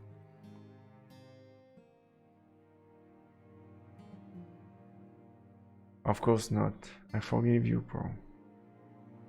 Wait, seriously? Thank you. Oh, I was so scared you'd cut things off. I really value our bond, Monarch. I swear. You sided with Vivian, so this was a total gamble. It's good to know that we can endure a difference in opinion. Ulrich wasn't giving me the same courtesy.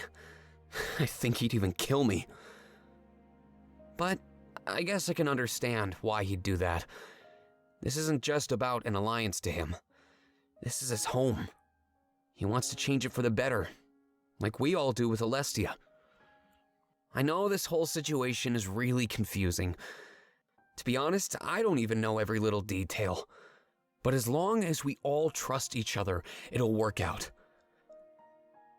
He takes a few steps, closing the distance between us. His eyes are filled with hope now, a stark contrast to moments ago. Thank you so much, Monarch. I know there isn't much time, so we need to get going. But that's all I needed to talk about. I'm good to go. He wraps his arms around me and rests his head against my shoulder.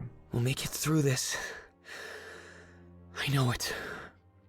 You may not understand, but I promise you will. Just give it time. I know I'd happily give you all of mine. After this battle, we'll have a long chat. There's so much I need to tell you, but I just can't right now. I promise that at the end of the day, this will all make sense. He smiles and runs off to the lobby. I guess it was time. We finally do it. I'm thankful that our bond remains intact. Pro loyalty scene would be available when you return to the mainland. After the conclusion of Act 4, return to the Rebel HQ war table. So I have no choice to go to here. Yeah.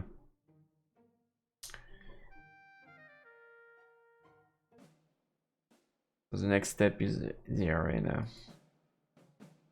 Visiting the Coliseum will cause a long series of cutscenes to play. Doing so will help conclude your visit to the region of Alarintia.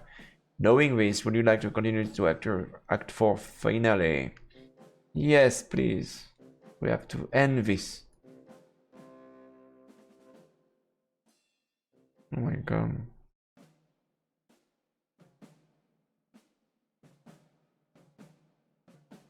I enter the lobby with Ulrich and Pro behind me. Our comrades are there and they immediately turn and stare.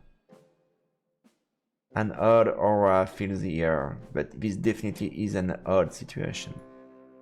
Vivian stands on one side of the room, and Draco stands on another. Ulrich follows me as I take slow steps toward Vivian, my ally in this battle. I wanted to win. I have to ensure that him and Ulrich stay alive. So it's finally going to happen. I've been dreaming about this day for a long time. Do your best out there, Monarch. I've got your back. Okay. Of course, I have heard rumors about that blade you're carrying. So if you don't mind, I might choose to lean on you for support too. If we all take care of each other, then we'll be unstoppable for sure. Yeah. I know, Sans is right. We need to make our way to the other side of the Coliseum. Both groups start on opposite ends and meet in the middle. That's where all the chaos ensues. It'll be pretty hectic. I'm counting on it. It's been ages since I've seen a real battle. Do your best to stay out of danger, Monarch. Leave this to us. There's no need for you to risk your life unless you need to. Our targets are Draco and Pro. We should do our best to avoid senseless casualties. Vivian's reign should begin with as little bloodshed as possible. I nod and watch as Vivian and Ulrich shakes hands. It's a bit of a walk, so let's get started. The battle will start in a few minutes, so we need to be there. Some leader I'd be if I showed up late to my own fight. He smiles and we break our huddle. I follow him as we make our way to the gates. The weight on my shoulders is immense and frightening. I notice Drakkar make his way to my side. He looks me up and down, staring at my blade. Look, I don't know if what they told me was true, but if that blade is some sort of ancient relic, don't showboat. Anything other than strength and strategy will be seen as cheating. Okay. That blade may have powers to help you out in Maltius, but not here. Do your best to blend in as a regular combatant, all right? I don't want you putting Vivian in jeopardy out there. Okay. I shrug, since I don't really have a say in the matter. Yeah, after all, that's the blade that decided, not me. Suppose the power of the blade were pretty much cheating. A throne battle would do little to prove Vivian's credibility. After a trek that seems like forever, we are at our gates. They shut tight and I can see another set across from this one. At the other end of the area, our opponents were waiting, just like us. I look over at my allies and gulp. The crowd is roaring with excitement. Our lives were simply entertainment to them. Remember, we're fighting for a better future. Our hopes and dreams will carry us to victory, I know it. Of course, Ulrich's sword arm will sure be a big help. No need to put on the pressure, Vivian. But I know you're right. This is all I've ever wanted. And with you two by my side, I know I'll never fail. Oh, that's a very long story, Cookie Rainbow. Oh. Yeah, you have to see the previous episodes for that. He smiles, but that smile is quickly wiped from his face. The gates begin to open, giving us a clear view of the arena.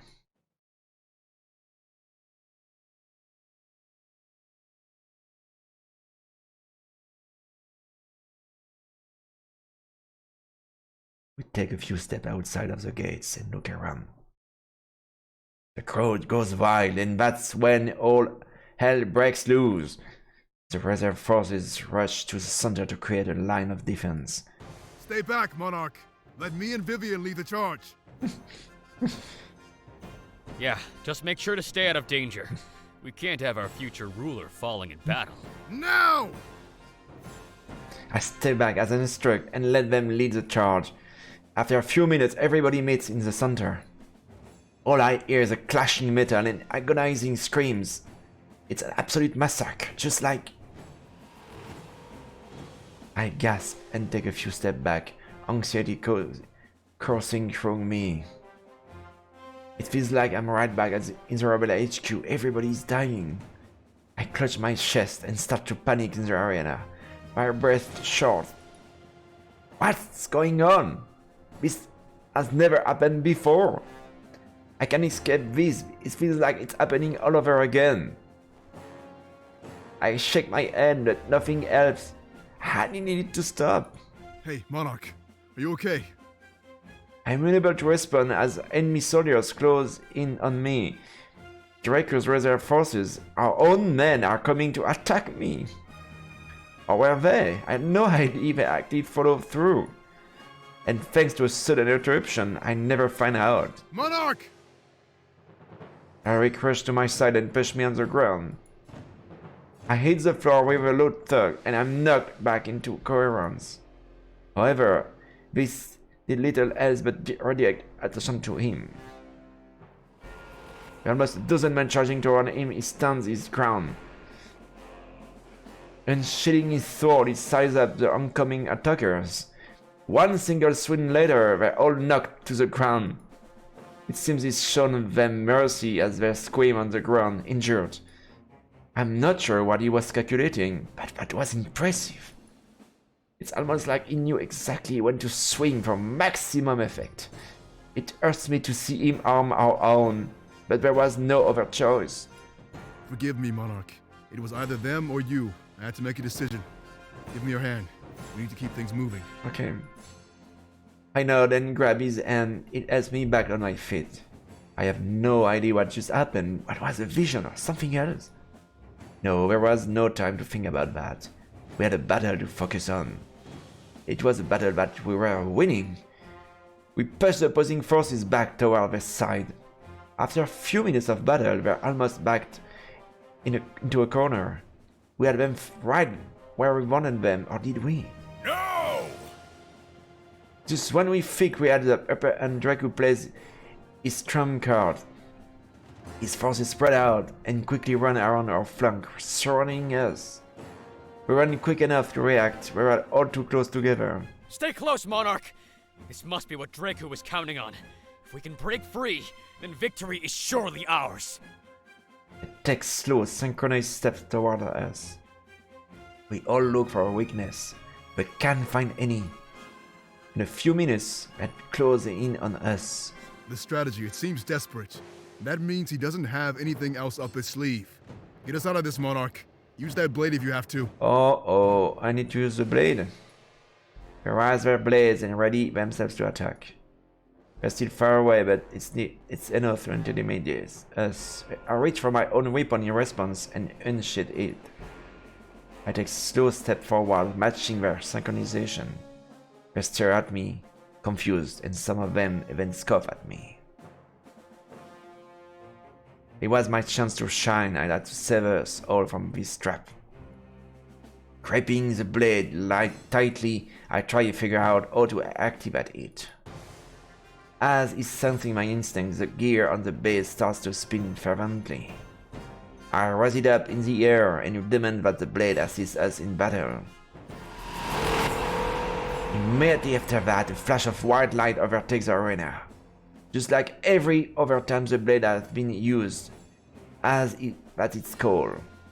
However, this flash of white light subsides almost as soon as it began.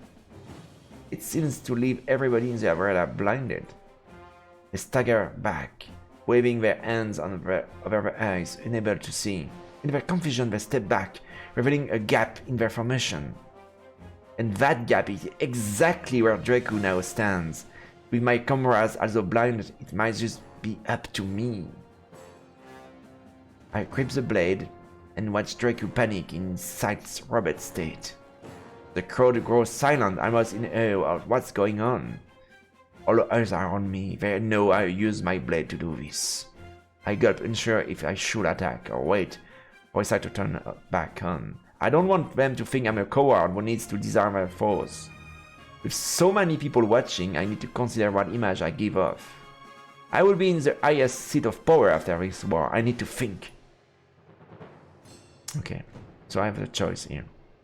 Attack him directly before they can retaliate, or wait for the blindness to subside and fight back as a team. I will fight with honor. No, I couldn't rely on the blade to win this battle. It was cheating. Breaking through this attack was enough to put us back on equal ground. That's all we needed to win. We would not get caught off guard again. I prepare to feed my blade, but then everything changes. I feel a grip on my shoulder, preventing me from moving at all. Turning to face the source of the intrusion, I trembled in fright. It was Ulrich. Sorry. I can't have you getting in the way. I have to do this, Monarch. What? Please forgive me. The grip on my shoulder tightens into something more crushing. His aggression is clear, and for the first time I'm frightened by him. He holds up his blade and repositions on his hand to use the blade as a weapon. And he smashed it in my face repeatedly. I scream and fall to my knees. Blood pours from my nose.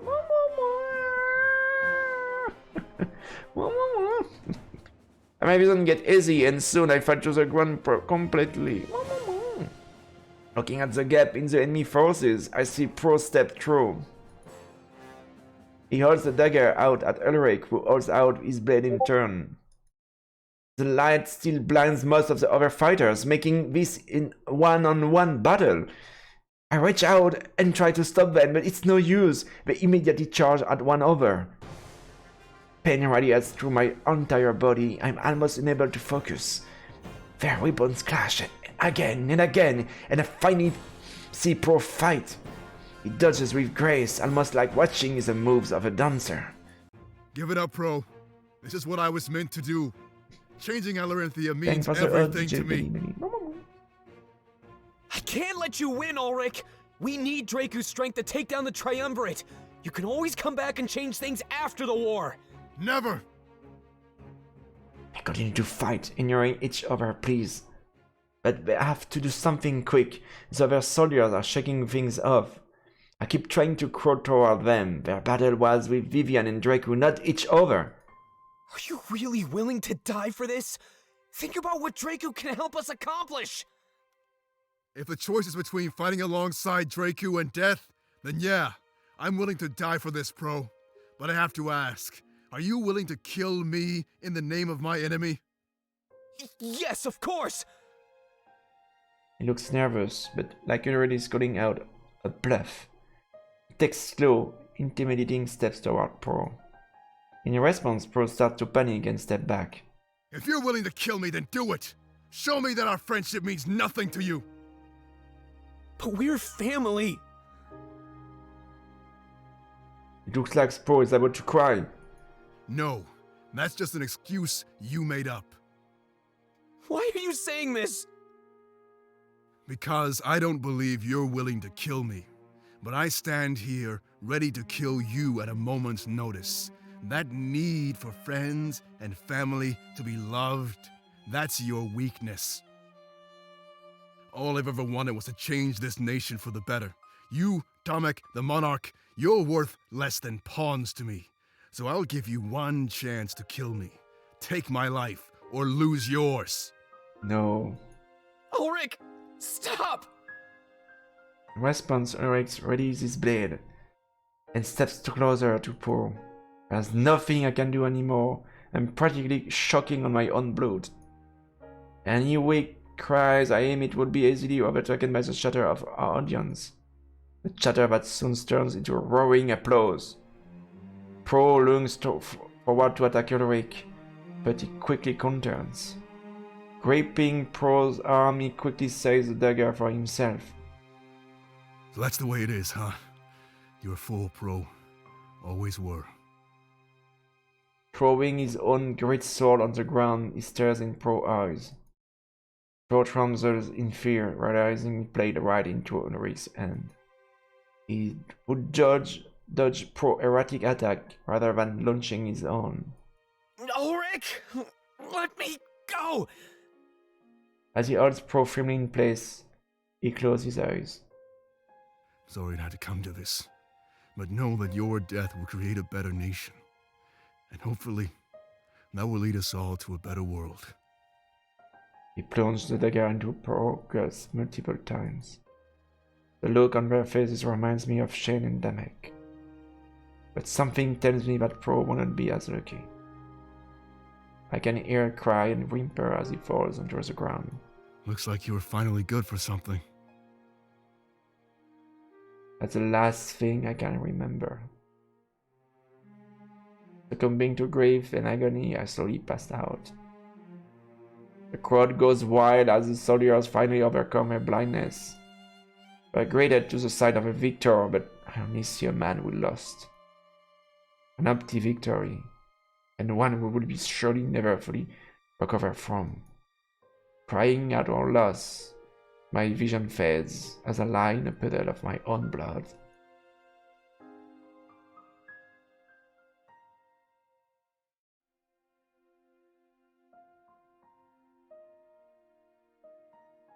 My eyes slowly open and I find myself back in the Coliseum private chambers. Pain radiates through my head, pulsing with my heartbeat. It's almost unbearable. I notice some empty vials on the nightstand and a hot taste in my mouth. Painkillers. Madison Fortem sits on a chair beside the bed, watching me intently. He's waking up. Fortem immediately rises from his chair and runs over to me. The roy on his face is clear, but everybody breathes a sigh of relief. That is, except for Ulrich. He stands in the corner of the room, with his arms crossed. After what he just did, I'm not surprised, but he acts distant. We were so worried, Monarch! We didn't know if you'd recover. Ulrich did some damage. Your nose is broken, but if you give it time, you'll be totally fine. Upon hearing this, Ulrich rolls his eyes. I can't believe it, but Pro was dead? Ulrich killed him. Our alliance with Vivian was secured, but was it worth it? That's not a question I could possibly answer. On one hand, that sacrifice could ensure the safety of millions. But we were comrades. Bonds complicated things during a time of war. And there was no time to grieve either. We need to prepare for Baltius. I let my legs dangle off the bed and find their place on the warm stone floor. I can sense the denial in the air. Nobody wanted to talk about what just happened. So, what's the next step? Damek enters the conversation. With our alliance finalized, we need to head back to Mazeo. After some swift preparation, we'll launch the assault on Balteus. This is it. We've come away from this with more soldiers than ever. All steps forward and enters the conversation as well. The Triumvirate would not expect us to recover this quickly, but here we stand, stronger than ever before. We can win this war. We would advise not mulling over this sacrifice. It secured us victory. Yeah, Pro may have not sided with Vivian, but he sided with us. We're still going to secure the future he was fighting for. Alestia's future. He was a dear friend, and this loss will give me more power, more resolve. A good outlook. Wasting time to mourn could cost us this entire war. We must make our way to the docks and meet with Vivian. Focus on the things that are within our control, Monarch. I agree. I nod, a succession born from denial, but no doubt. However, despite his origins, it was a good idea. We still have business to take care of, no matter what. I stand up, getting out of the bed, and everyone looks worried. They brace themselves to catch me, in case I were to fall over. I stumble slightly, but I'm fine. I think I was ready to get things moving. So, should we just start walking to the docks? Let's make sure to stock up on lots of water. The journey back isn't going to be any easier. He gets ready to leave, but Fortem interjects. Whoa, hold on a second here. Before we go, I have a question to ask. He looks over at Ulrich, who exchanges an awkward glance. Ulrich, why did you do this? You could have waited and went after Draku! Everyone looks shocked, but I know it's something we're all thinking. I have my good idea of what would happen if... Yeah. Without a single word, Ulrich shakes his head and walks out of the room. Hey! I asked you a question, you coward! No, he was not a coward. It's no use, you're already long gone.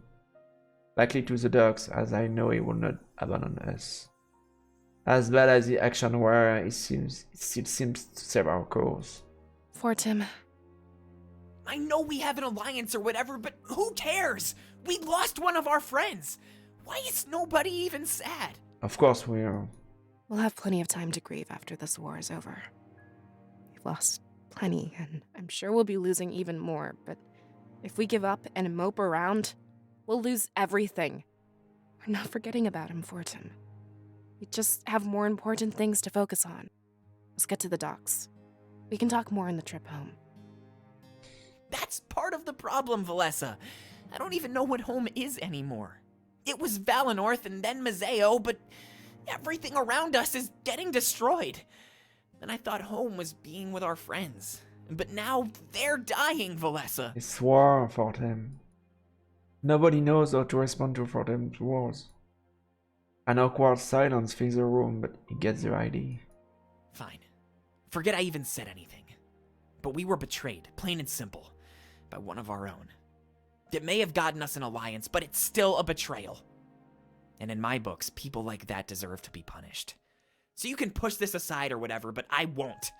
This is a crime that needs to be answered for. After saying that, he storms out of the room. I suppose he was right, but it's really not that simple. There's no point in arguing, however, so we all start to leave. Well, I guess maybe venting like that could help. Let's just get it out of the way while we're walking, alright? Every moment we waste makes our enemy more prepared. Everybody seems to agree, and we all shuffle out of the room. And so begins the long and arduous journey back to the docks. However, instead of hope, this trek will be filled with a feeling of despair.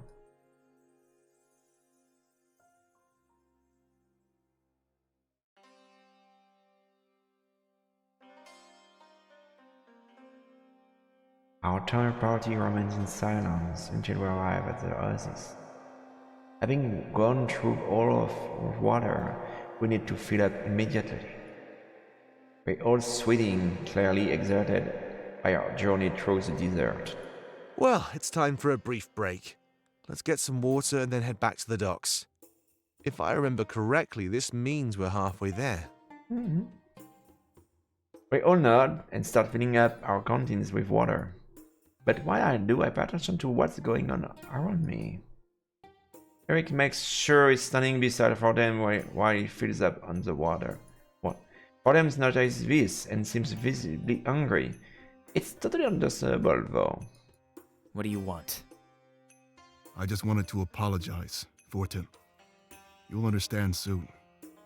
I had no other choice. There's no way you're sorry, Ulrich. I saw no hint of remorse on your face when you killed him. I saw it. Even now that you're apologizing, you don't look sad at all. That's not true. I'm being serious here. Well, so am I. Just leave me alone, Ulrich. We'd all be better off without you. We'll be dead without Eric. Eric takes a step back, hurt by Fortem's words. If it wasn't sad before, then it definitely is now. Fine.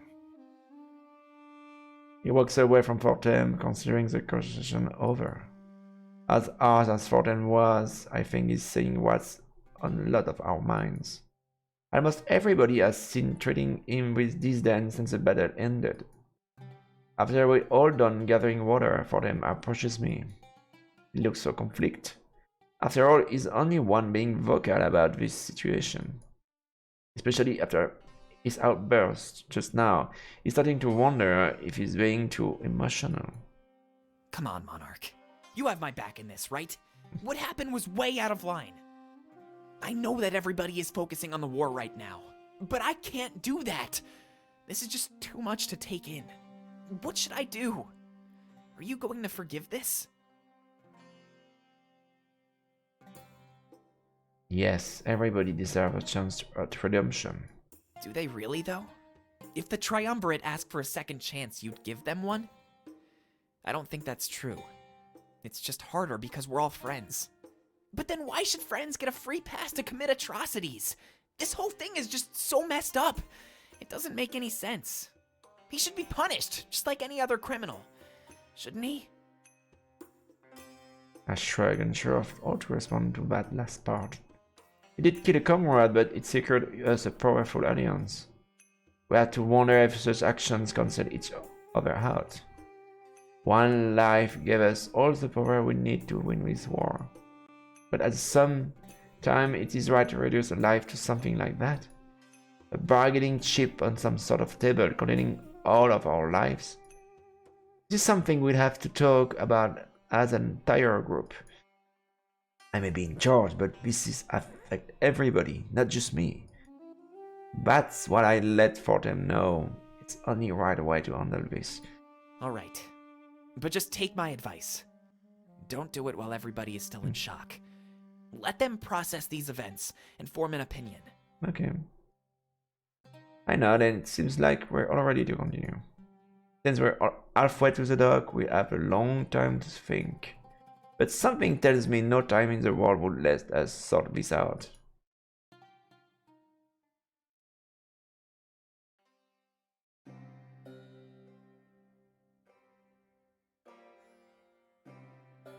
My head throbs as the painkillers start to wear off around the oasis. My currents fades in and out through my body still moves. I'm barely conscious. Before I know it, we're already back at the docks. However, I didn't miss anything or not. What surely took a portion of the entire day seemed like mere moments to me. Our group scatters out, but not too far. We all within earshot of each other. I notice our new ally is waiting by the ship. Damek quickly approaches him. Vivian, there you are. How does it feel to be the one in power? It's hard to believe, actually. I expect that it'll set in after the upcoming battle. I'm a man of my word, so I need to help you out first. Wait, don't tell me you're coming with us. Don't you have things to take care of over here? It's nothing that can't wait a few days. The attack is happening pretty soon, right? I can leave things in the hands of a few friends for now. Fair enough, and yeah, you're right. You mean Drakero? We plan to launch the attack within a day or two. Once we get to Museo, we need to take care of business. I mean, final goodbyes and stuff like that. After we leave for Balteus, we might never return. We need to make sure that we leave with no regrets. Have a little faith, Damek. If anybody can take down those gods, it's us. We just overthrew an entire nation. I think that's a good sign. At that moment, we're interrupted by the last person I ever threw I'd seen. Gods? Don't make me laugh. You know just as well as I do that they're weak, like us. Good night. The true power rests with the one who can wield that blade. We all stop what we're doing and look forward to the source of the noise. Terribly sorry to intrude, but I need to have a word with the monarch. If you'd be so kind as to give us some privacy, I'd be forever grateful. Oh my god! It's something! I immediately assume a battle stands. Fright quickly overtakes the air. This was bad. I'm not sure who remembers him from the Rebel HQ.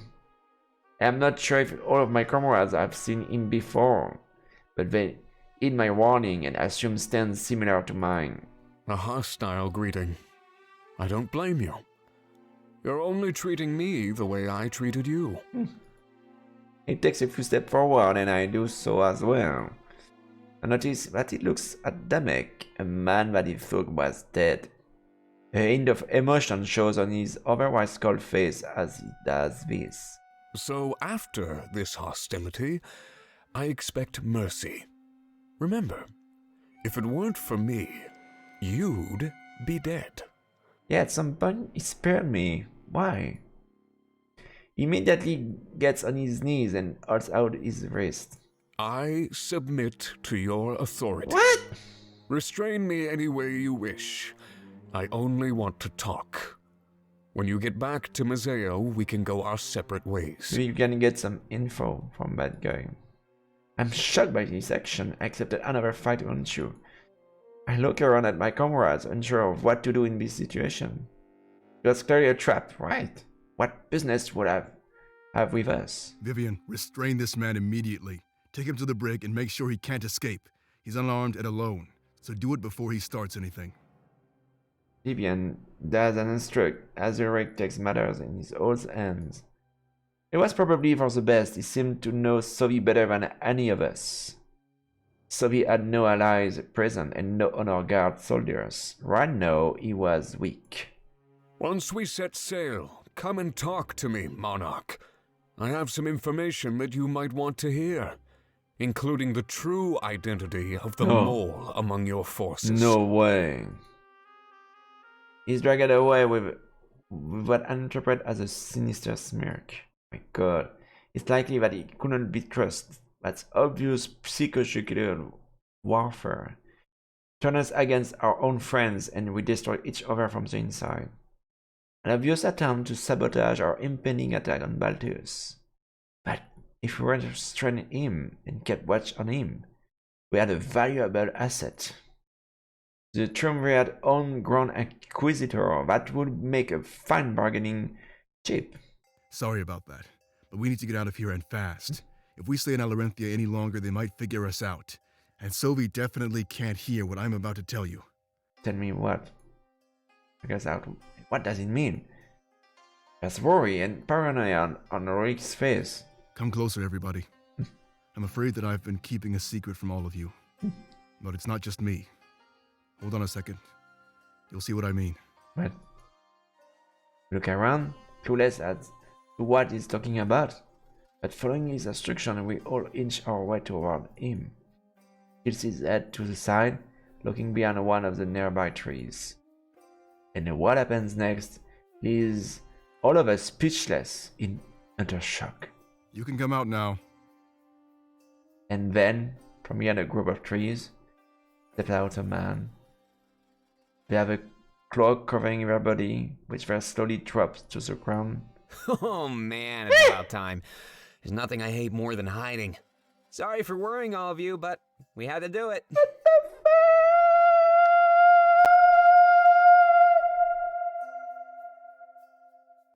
Throw a heroic high five and then give each other a tight embrace. Oh my god, was a act. Yeah, I'm not the best actor, you know. What?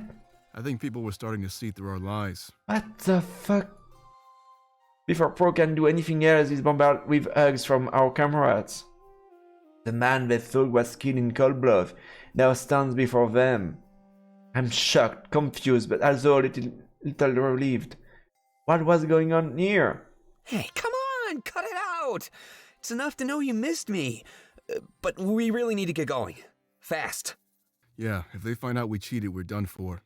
I know you want an explanation, so let's talk about it on the ship. We should set sail right away so nobody catches on to us. They start to walk towards the ship, but Damek stopped them. Wait, you cheated? How are we going to break this news to our new partner? If they find out, they might just break off our alliance. Uh-oh. It worked out in their benefit, so I doubt they'd care. Let's get going. We'll explain the story on our way home. I'm so confused. Don't worry about it, Damek. We made it out of this without any casualties, really. A few members of the reserve forces died, but that's it. Thankfully, none of our seers fell in combat. We have more strength than ever before. That's what matters. Attacking Balteus will be as easy as the snap of a finger. Yeah. All right, then, I trust you. But you better have a good explanation for this. Let's get going, everybody. We have a long voyage home. What the fuck? What the fuck? Plot twist? What? The maker can all get on the ship. I thought to walk over with all Valentine for them. They seemed happy, but just as confused as I am. Cheating is not something we agree with. Such tactics, or what our current enemy employs, this journey seems to be changing all of your values. But he's still alive. That's great news. I was really freaking out. I didn't know what to do. Don't tell me you think it would be better if he was dead. Maybe. Means to an end, we suppose. The enemy likely thinks the same way. In fact, he walks away and gets on the ship. Valentine and Fortem both turn to me happy. Let's go find out what they have to say. I'm also curious about that other man we restrained. There's so much going on right now, I can barely think. Yeah, I'm really confused too. Yeah, I want to figure everything out. I was worried we'd be attacking Balteus without all of our friends. But to know he's still alive? I can't even begin to describe the relief. Yeah. We make our way to the deck of the ship, but Valentine was stick with me. Everything was moving so fast, I almost did not know what was going on. Thankfully, we had a long trip home to get everything figured out. And that was my goal. We'd get back to Mazeo with no question left unanswered. No matter how shocking the answers were and whether or not I regret learning them. We seemed to be running on everybody's agenda but my own. And everybody had their own plans. It was time for that to change.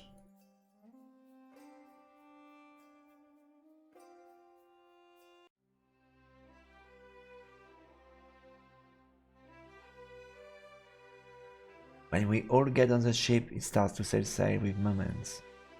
It seems that Ulrich and Pro want to expedite our departure from Alarentia. They continue to look at us with smiles on their faces to themselves they had succeeded. But in what, exactly? That's what I'm demanding to know as I step forward. I was in charge, I couldn't have them plotting behind my back. Everybody gathered around to listen our ship's shanty rocks back and forth. Pro relieved that there were no real casualties, we needed to know what we got into. If they wanted to leave so fast, was it so bad that we could never come back? Whoa, it's not that bad, trust me. But it's definitely the biggest score of my life. I mean, swindle an entire nation? Amazing!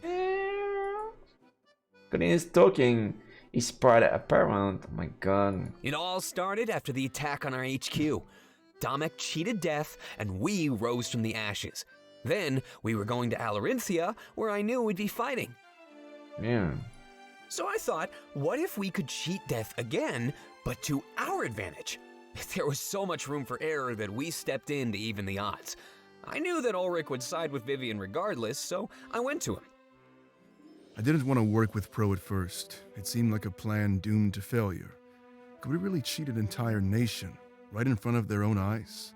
Obviously, it sounds impossible, but Pro was pretty insistent. Yeah, he's always like that. He came up with a solid plan. I'd fight with Vivian, and he'd fight with Draku. If we were both on opposing teams, we could throw the battle in any direction. So that's what we did. We ensured victory for the side the Monarch chose. Je vais essayer d'aller jusqu'à la fin de l'acte, en tout cas jusqu'au retour au rebelle HQ. It was easy enough to manipulate Draku. I mean, he thought he was the one manipulating us. But it was my plan all along to fight by his side. After that, all we needed was this. What? Holds up a dagger, the same one he used from the Coliseum. Stabbing it through his hand, that's when the true nature of the weapon was revealed. Rather than piercing his hand, the blood sunk into the handle of the dagger. Along with some chaos and acting, they'd believe the battle was over. The chaos, of course, was the moment the Monarch used the blade. Oh. We pushed you toward using it so we could have our opportunity. That's really all there is to it. None of you could know until it was already over. If information was leaked, everything would be for nothing. You're free to come back to Alarinthia, but we might stay behind. It was just in our best interest to get away before they figured things out. So yeah, a new alliance, minimal casualties, and a great story. Yeah. I'd say this was an all-around success, wouldn't you? Yeah. Yeah? I can't believe we really pulled it off. I think this might just be my masterpiece. Yeah, you can say that. We wait in silence for our response, but their faces are beaming with pride. It seemed like a simple enough plan, but it was definitely risky. The moment we set foot in the Coliseum, they were in real danger. But that only shows of their resolve. They were willing to die for this. However, something feels off about this. It's all too perfect, too convenient, I'm not sure. Eric was willing to throw everything away. I mean, I sided with Vivian, but that wasn't a guarantee.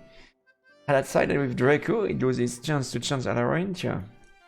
There had to be more to this story, something they're not telling us. I'd have to talk to them in private later on, maybe they could confide in me. But as it stood, I didn't really buy their tale. Would they really risk their lives for a foreign alliance? My comrades seems to think so, and they shower them in their praise. That might be the coolest thing I've ever heard. I knew you were a swindler pro, but this is crazy. You're using your skill to shape Alestia's history. And Ulrich, I never knew you were so good at acting. You really had me sold there. I almost can't believe it. It felt like something was up, but to think it was this? Almost puts my strategizing to shame, I have to say. So what's the next step? Is it just smooth sailing now? I imagine our chances of getting caught are pretty low. You should probably tell Vivian what really went down. I doubt he'd mind, and at least he wouldn't find out another way. In the meantime, we need to have a word with our new prisoner. Right, I'll tell him while you do that then. But I think we've also earned some much-needed rest. Let's take the day off and meet back up here in the morning. That is, if it's okay with you, Monarch. Yeah, I nod and tell everybody that they are dismissed. Everybody runs off except for Ulrich and Pro. They approach me and they look anxious. Sylvia's in the brig, right? Can't believe he surrendered. Just like that. There's something strange with that guy. And I heard him say something about a mole? Let's go talk with him, Monarch. You deserve some answers. Yeah, let Dominic pamper Vivian for the time being. But before we head to the brig, look behind us, Monarch. It's starting to look like an impressive army, isn't it? I do as instructed, and I noticed that we're accompanied by at least a dozen ships. If that was the strength of our new Alarentian army, then I was at loss for words. That fleet combined with our own and my blade stood a real chance in Balteus. But I couldn't lull myself into a false sense of security. There was still so much to do. And right now, the next step was having a word with Sophie. Just what he was after. The fact that Ulrich and Pro volunteered to come along was also pretty peculiar. The pieces have started to fall in place, but there's still quite a few gaps. Maybe this information that Sophie promised would help me in some way. We all head down to the brig and are hopeful that I could figure this all out. After all, I could leave no question unanswered before attacking Balteus. And resting in our brig was the one man who knew everything about our enemy. If you could use him for information, then that would be an incredible boon. As we enter the brig, one fact plays on repeat in my ever-running mind. With everything we just gained, we actually stand a chance at winning this war.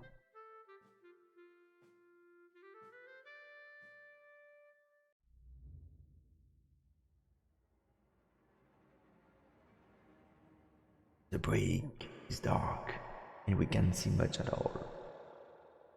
That is until our eyes are adjust and we immediately see Sylvie. He's broken free from his bonds and is doing pull-ups from a sailing beam. Grunting with exertion, he lets himself fall to the ground when he notices our entrance. Taking a few steps toward us, he's careful not to make any sudden movements. Pro makes sure the cell door is shut and locked, so he can escape from us. My, I wasn't expecting an entourage. Should I be flattered or concerned for my safety? An obvious attempt of humor, but none of us analyze this. Eric steps forward, demanding swift answers from our captive. Explain yourself, Sobi. I'm seconds away from throwing you overboard. Again with the hostility. Look, I don't even really know what I'm doing here. It just felt like the right thing to do, given the circumstances. What circumstances? Sobi looks at me and shakes his head dismissively. Back when we attacked your HQ in Mazeo, my goal was to kill your friend and retrieve the blade. I failed both objectives, and the Triumvirate punished me. He didn't fail, he chose to fail. I see. It's true, Sobi did show mercy during our brief encounter. He had my life in his hands, but he chose to run away instead. He saw something when he touched the blade, I could tell. And now that I know the truth of the spirit realm, I think I knew what he saw. The monarchy, he must have seen the same truth that shocked all of us. I ask if that's true, almost certain that I'm correct, but event confirms. Mama! Oh, thanks for the biddies, mama! Merci, whiskies, for the bickies, mama! You are correct. I found out that the Triumvirate was lying to me. I let you live because I wasn't sure of what to do next. I'm still uncertain. When I got back to Balteus, they punished me by placing me in exile. Oh. You expect us to believe this? Sobi, you're nothing but a mindless slave. The monarch survived because of his strength. No. I tell Eric that Sobi is speaking the truth. I explain what happened while we were alone near the idol. See, Ulrich? You're always so paranoid. Listen to your friends before making snap judgments. I have a lot to say, so you better learn to trust me again. Don't count on it. He walks away and stands in a nearby corner. Sensing an opportunity, Pro enters the conversation. So, what did you want to tell us? Around here, you need to earn your keep. Ulrich was serious about throwing you overboard. Well, this is where it gets complicated. I still consider myself a servant to the Triumvirate. But Halen?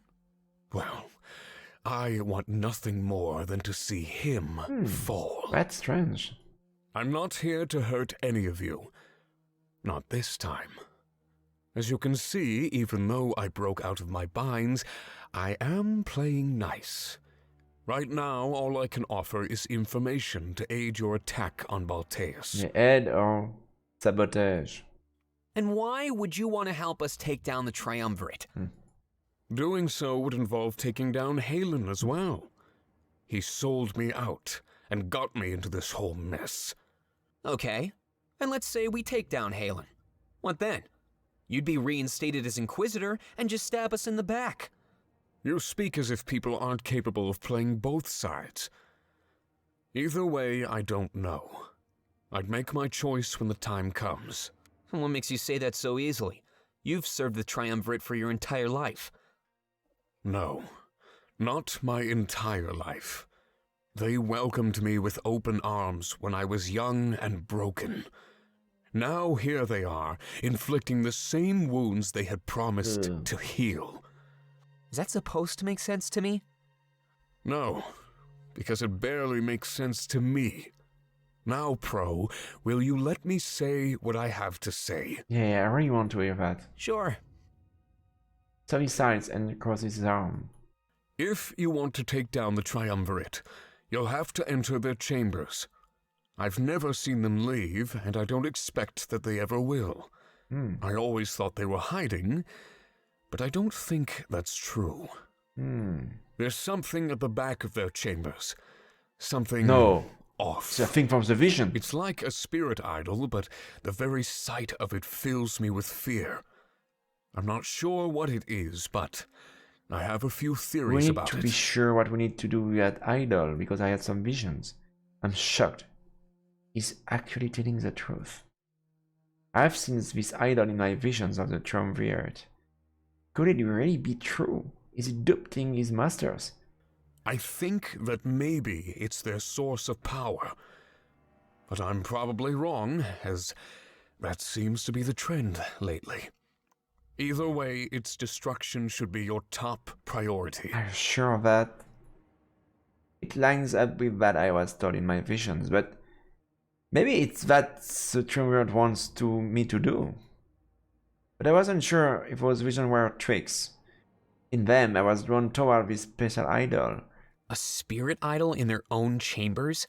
But those are conduits for the monarchy. It makes no sense that they'd keep one close by. Maybe it's something we don't know. Their main goal was to destroy all of the idols. Nice try, but I'm not going to believe any of this. Let's go, Monarch. We'll ditch him in Mazeo. No. Pronuric starts to leave, but I tell them to stop. I let them know what Sob is telling the truth, as odd as it sounds. I saw the same idol in some visions of the Triumvirate's chambers. Oh. Visions of the Triumvirate's chambers. Yeah. When were you going to tell us about this? Sabi scoffed, clearly amused at their reactions. I'm not finished yet. Uh-oh. I hope you have a good day anyway, Sir Veggie. Our attention is directed back toward him. I suggest that your attack focuses on entering their chambers. There, you could take down both them and this Dark Idol. Dark Idol? However, you would have to fight your way through Halen. So we need to kill Halen. And that's where my next piece of information comes in. Halen may seem just like you and I, but he's not. The Triumvirate created him with that blade. No, just like Hole. What? He was made to be the perfect soldier. He would always serve his masters, no matter what. What the fuck? Little did I know that loyalty was stronger than our friendship. What? He promised not to tell them what happened. But the moment we got home, he sold me out immediately. He lives under the Triumvirate's thrall. A true, mindless slave. You must never let them get their hands on that blade again. They aren't limited to suits of armor. They've mastered it enough to create life. What? Of course, their first test was Halen. They needed someone trustworthy enough to serve them. What do I have planned? I think they did it to ensure that nobody else ran away. My previous master, the former Grand Inquisitor, defected. I trusted Halen and the Triumvirate. They all betrayed me. I don't know, Sir Veggie. Nobody knows. We need to find out what are the Triumvirates. But there's your information. I'm sure it will help you out. A possible weakness and the true nature of Halen. With that blade, you could even give him freedom. It would release the spell that the Triumvirate has put on him. Of course, that's not how I'd like things to play out. And what do you plan? It smirks at me and I can sense what he's about to say. I would prefer it if you let me kill him, Monarch. That is all I ask for in return. I won't get in your way. If you grant me this, I would be further in your debt. That's a difficult choice. We all look at each other slightly confused. The Triumvirate credited Aline to be a perfect slave. I guess it makes sense, especially if I dealt with defection. But just what was his idol at the back of his chambers? And was just really the best course of action? I guess we'll not find out until the very end of things.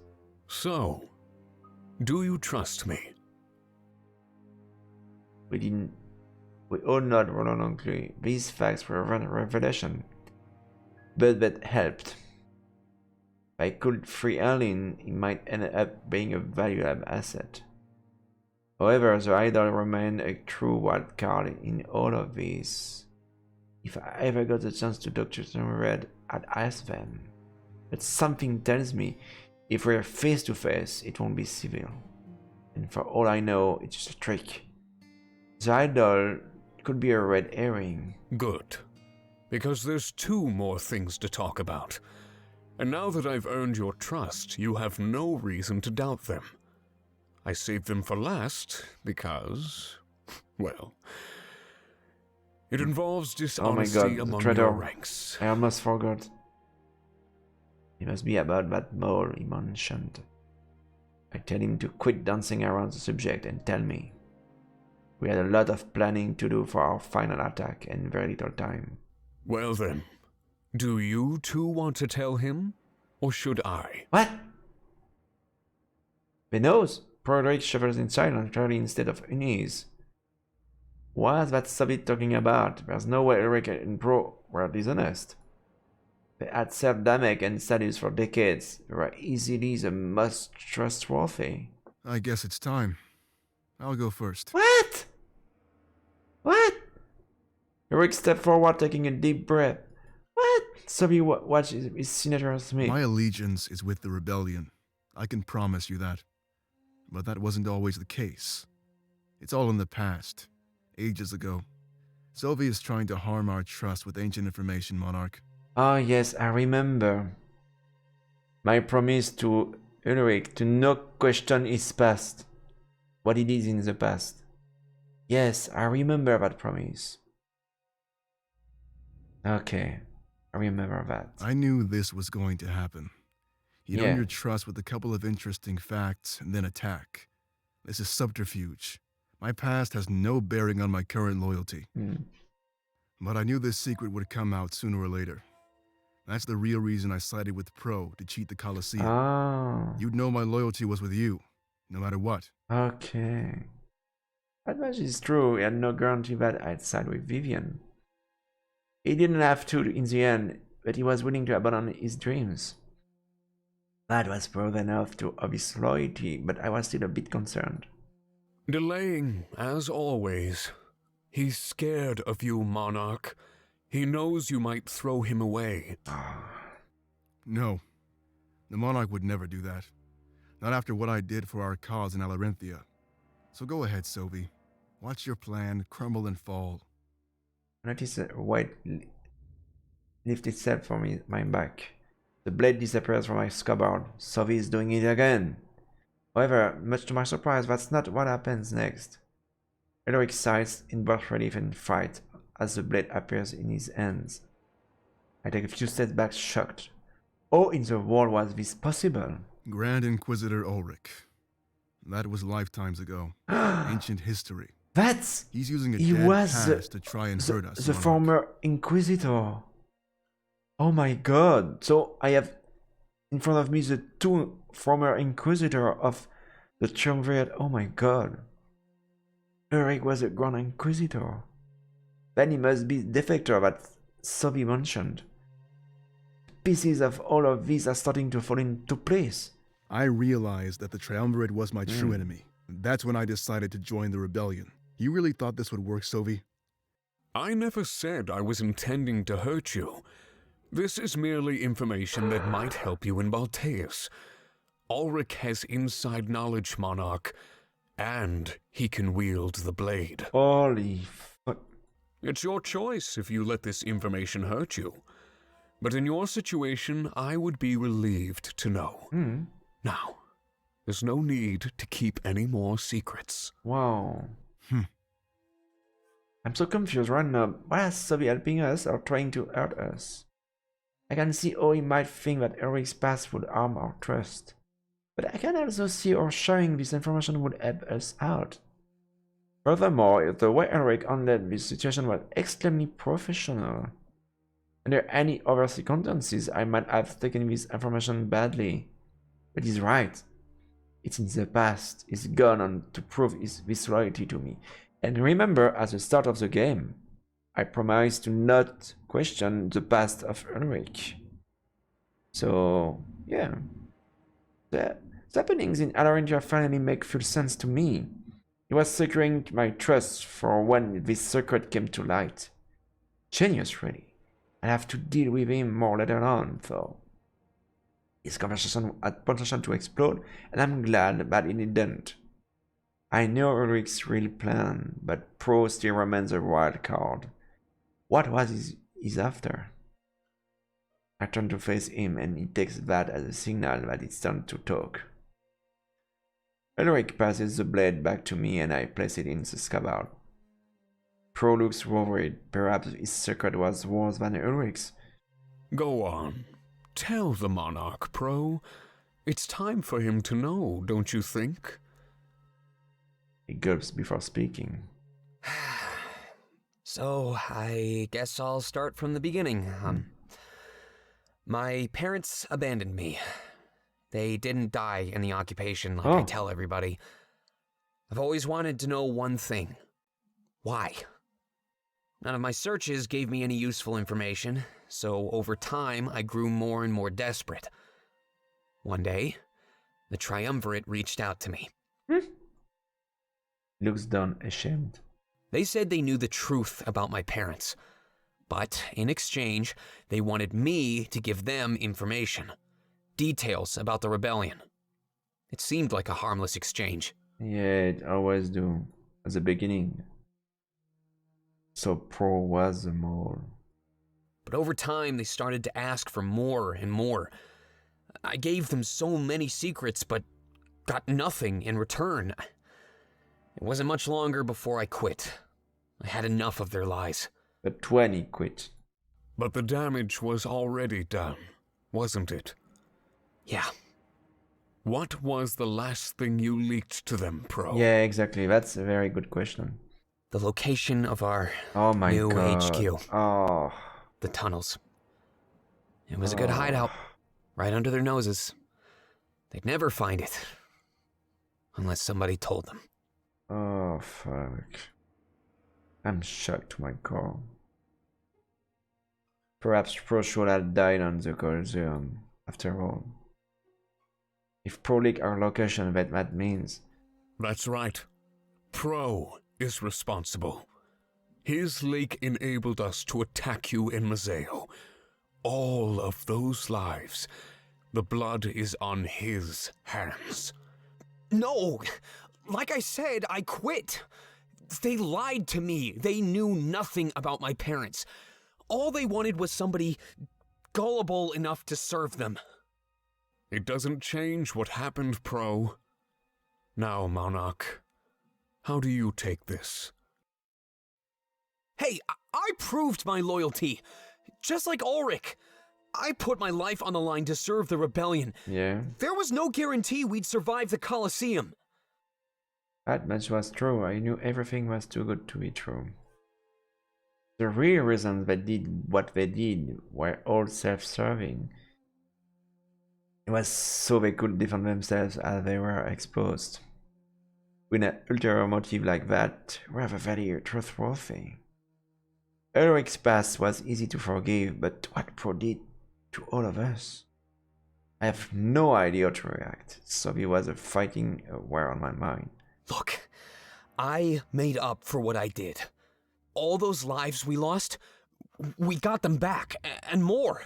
Our Alarinthian allies will help us win this war, hands down. I nod, acknowledging his point.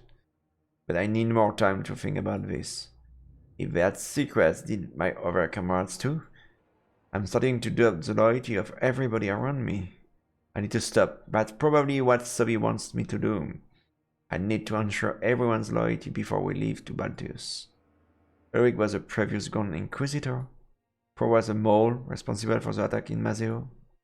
How was I supposed to deal with this right before the final battle? I asked Ulrich and Pro to leave me alone with Sophie. We'd get some rest and meet on the deck in the morning. One big gathering before we arrived in Mazeo would help. I can see the worry on their faces. I tell them I'm not throwing them away. As they leave, the worry is still there, however. Their secrets were finally out. I don't know if anybody else knew, but I guess I was enough. I'm in charge. I turn back to Sophie, who crosses his arms. So much dishonesty in the air. Wouldn't you agree? Ah, please. I want you to look at your comrades, and then look at me. Unlike them, I've been nothing but honest with you. Yeah, but you tried to kill me, mama. I would rather have an honest enemy than a cheating friend. That's part of why I wanted to talk with you, Monarch. I know that we can be open with one another. Oh, is that a date? No. Oh my god. Oh my. Yeah, sorry, he's very sexy, I guess. I shake my head unsure of how to respond. Mama. I tell him that I need to some rest, some time alone. Yeah. So much was happening at once. I need a break. Very well. We're meeting on the deck come morning, then? I'll make sure to be on my best behavior. I respect you, Monarch. I always told myself that I'd serve the rightful rulers of this world. Oh my god. It just seems like I was also lied to by the Triumvirate. Just like Ulrich. Just like Pro. We're victims here. All of us. I may have realized it late, but was it too late? I guess we'll see. Oh. His attitude seems to have changed now that we're alone. And for the first time I can sympathize with him. He's hurt and lost. Just like all of us, we're trying to do what we believe is right. I tell him that he's free to join us at the meeting in the morning. But everybody would be told who he is. It will be up to them to decide how they take it. The majority of my comrades want him gone, then we'll have to part ways in Mazeo. Very well. It's only fair. Have a good rest, Monarch. He bows to me as I turn to leave the cell. I make sure it's locked tight. It'll be let out in the morning. For now, I needed to be alone with my thought. I needed to process everything.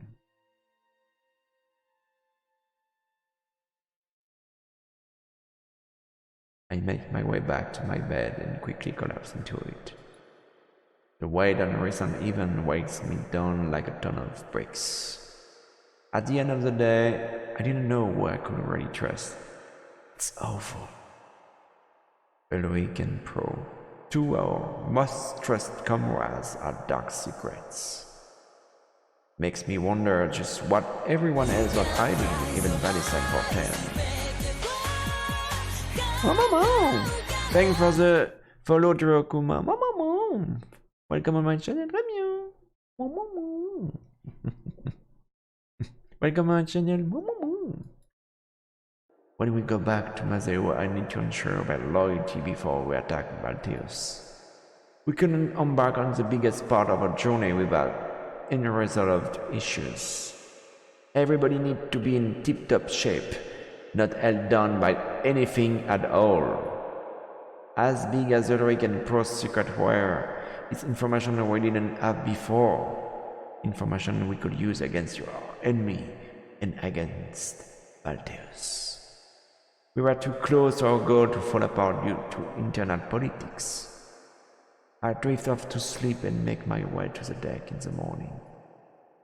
It was time for everybody to know about Sovi. Then we'd have a final discussion about what comes next. We are ready to launch our attack, but what should we do?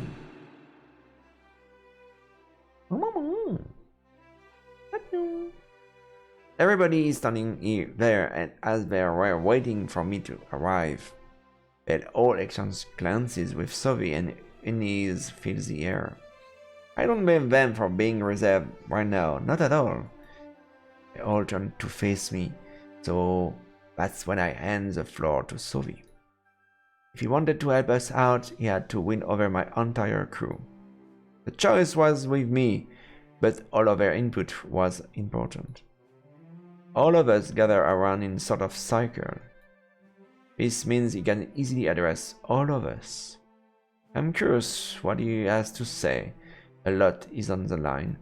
My name is Sovi. I am, or was, the Grand Inquisitor. I no longer serve the Triumvirate. I was betrayed by my apprentice. He sold me out, forcing my masters to place me in exile. They threw me away. Everything they ever told me was a lie. I thought they were Alestia's rightful rulers, but then I figured out that this wasn't true. The heir to the throne is the monarch. I am a victim of their tyranny, just as you are. All of you. I hope you understand. I'm still at a loss. I don't really know what to do with myself. But coming here to meet with you and the monarch seemed like a good idea. Last night, I also revealed some information that could help your upcoming attack. I just need to know that I belong somewhere. Attacking the Triumvirate will involve taking down Halen. We share a common purpose. Oh, you want to... At least until he's taken care of. You want to see... So far, we have purity at 50%, corruption at 20%, morality at 20%, and book read at 8 over 10 hours of play. So it's mixed, I guess. And there's no way I can choose purity or corrupt because it's not explained each time. So you have to choose with your heart and your instinct and your reason what I should do. So my choice are... It's my choice here. It's not... I'm not choosing purity or corruption. I'm just choosing things. After that, I really don't know. I've always pledged my loyalty to the rightful ruler of Alestia. Logic would dictate that I now serve the monarch. But I don't know. Oh. The Triumvirate can throw people away at the snap of a finger. But I'm not like that. What they did was hurt me almost beyond repair. I will help you attack Balteus and take down Halen. You have my word. That's something very interesting. Just imagine that the comrade just planned everything. Maybe that guy will betray us during the final battle, but he doesn't know yet. He will betray us. So that's a possibility. So I'm not trusting him totally right now. But after that, I don't know what will happen. In that sense, I am both an asset and a liability. If you want me to leave, then that's what I'll do. When we get to Museo, you'll never see me again. That is, unless you want my help. I can offer valuable intel. It's a gamble for both you and me. I don't fully trust you either. Yeah, he's right. But hopefully I've earned a sliver of trust with the monarch. If he vouches for me, then hopefully you will as well. That is all. My fate is in your hands. I have nothing more to say. He crosses his arms, waiting for our reply. My comrades are all shocked and confused, save for Pro and Ulrich.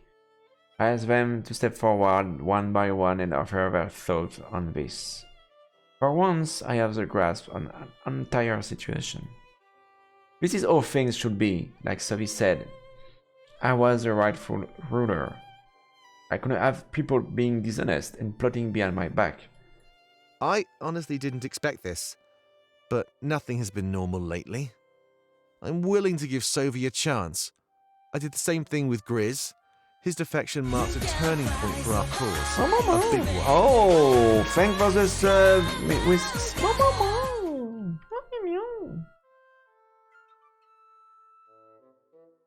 thank for your support, maman. I really appreciate it. Merci pour ton soutien. If he can help us out, then I think we need to accept it. And if he turns against us, then he's easily outnumbered. The potential benefits outweigh the potential risks. This is clearly a trap. We request that you deny his assistance. He's alone now, but he won't be when we arrive in Balteus. If we give him information, he'll turn on us once we get there. That's interesting, because I still have a hard time to believe and trust all, because it always seems going to the bad, corrupted way. I'm not sure. Maybe he's right. He pretends it's a trap. Maybe it's a trap. Maybe it's not. Maybe it's planned all along by the Triumvirate. Yeah, I'm not sure yet. Surely we aren't the only one who thinks this way. An alliance with our enemy mere days before our attack. It's too convenient. Sovi is playing us for a fool. Maybe he's right. I'm with Hal on this one. We can't work with the enemy. This is the man that killed you and burned down Valinor in your vision. No, it was a trick, but the man is the same. He's a trained killer. For that reason, I can't accept his offer. Fortum, you're with me, right? Let's see. I don't know, Valessa. I think everybody deserves a second chance. Yeah, that's why I We all said. had that moment when we turned against the Triumvirate. Why is it so hard to believe that Sovi might have that moment? Yeah, just like Ulrich, because he was a former Inquisitor too. And Pro, we did that too. Oh my He god. worked so closely with them. He's seen their true nature. He has more knowledge on them than anybody else in our army. It makes sense that he'd come to the same realization as us. I mean, sure, it took a while longer, but that's because he served them. When you remove the excuse of loyalty, it can become pretty clear. That's why he didn't fully realize things until they put him in exile. Yeah, I'm with Fortem. Everybody deserves a second chance. We've all been there before. We've all made a wrong decision. Yeah, and Pro There's did. no better way to make up for it than doing the right thing. And Pro did. Sovi isn't concerned with doing the right thing. He's a liar, plain and simple. There's no way we can trust him. He turned on us the moment we arrived in Balteas. That's a guarantee. Yeah, but Ulrich could do that too. Because he's a former Inquisitor too. So he was at the same, he did the same job as Sovi before, so... Letting him close to us now would only enable him to gather information. If he knows our strategy, he can counter us with the Inquisition when we arrive. It's a death sentence, Monarch. Don't be foolish. We've come too far to risk this.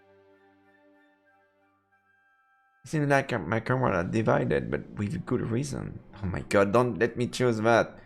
I was hoping for something more unanimous in any given direction. It was clear that now the pressure and final decision rested on my shoulders.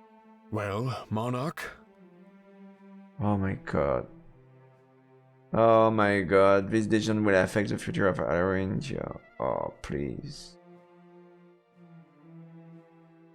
I said at the scene that everybody deserves a second chance. And I need to keep him closer with me. I will allow Soviet to assist the rebellion. I might regret that. It was a risk that I was willing to take for our cause. The information he could offer us would make us much stronger. If we got suspicious of him before the attack, we could easily outnumber him. Very well. He takes a few steps back and rests against the edge of the boat. A few moments later, after everybody is said and done, we arrive in Mazeo. The docking process is short since our pirates allies are masters of the art. Damek steps forward, feeling in the silence that overtook our ranks. Well, this is it. We're ready to attack Balteas. Everything we've ever wanted is finally within our grasp. The voyage will take a day or two, so we can plan on the way. For now, we need to ensure that we leave no stone unturned. Visit with your loved ones, say your goodbyes, because this is it. Once we leave for Balteas, our fates are as good as sealed. It's not true, but fills the air with tension. The dawn, our final battle was here, and we needed to prepare. But planning the attack was easy. Our true task was accepting our possible death. This means saying goodbye and spending a final day or two with our friends. I shall use this opportunity to make sure everybody is prepared for the final battle. As a leader, it was my job to ensure that we are up to the task, no matter what. I don't think there's anything left to say. Finish up your business, and we'll set sail when the monarch demands it. Act under the assumption that you only have 1 or 2 days before departure. I don't want to rush anything as important as a goodbye, but every moment we waste is a moment for our enemy to prepare. I trust that we'll find a happy medium and embark without regret. Everybody nods, agreeing with his words. I can't believe that the time was finally here. Until now, it seems like a dream, out of reach. But it's right in front of me. This is it. Our journey was in its final hours. I tense up with worry. We make our way off the boat, embracing what little time we had left. Okay, so now we can access to loyalty scenes for the 6 main party members. All other 4th art-to-art that is hidden in one of the previous area. Loyalty scenes can be accessed by clicking on the character icon on the war table. Fast travel has now been unlocked, allowing easy navigation through Alestia. Okay. Click to move the world map. The world map. Okay, there's a world map now. Okay. So Act 5 will be the last. Savi has now permanently joined your party. Serious. Art-to-art has been hidden all over Alestia. Oh my god! No way! I can have some romance with Savi. Yes, he's quite sexy guy. Okay, okay, so we're gonna save, I guess. The first thing I will do, gonna save here. We're gonna save here. Let me. It's white on white. Please. Quick save. No, save. I think we're gonna end the stream here. So maybe next time will be the final episode.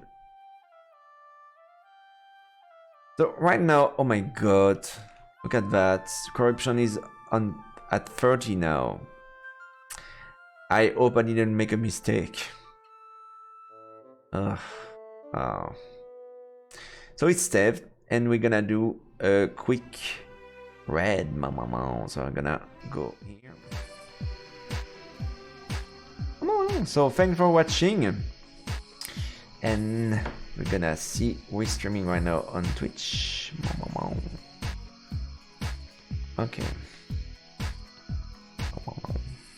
So this week is gonna be a very short week because I have a guest at home tomorrow.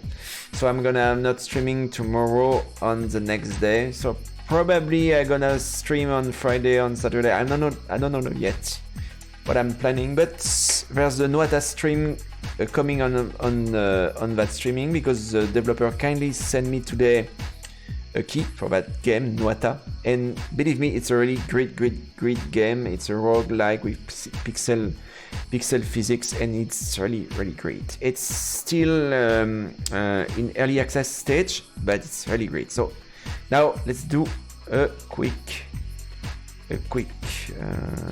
raid.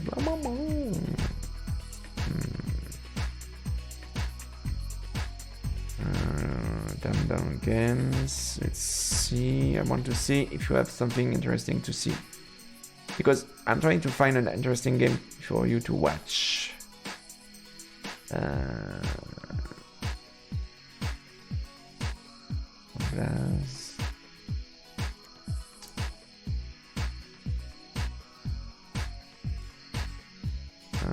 No, just starting.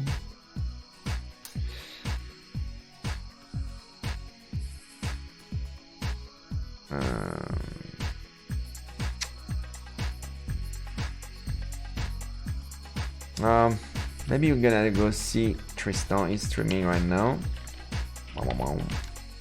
I can type properly the name.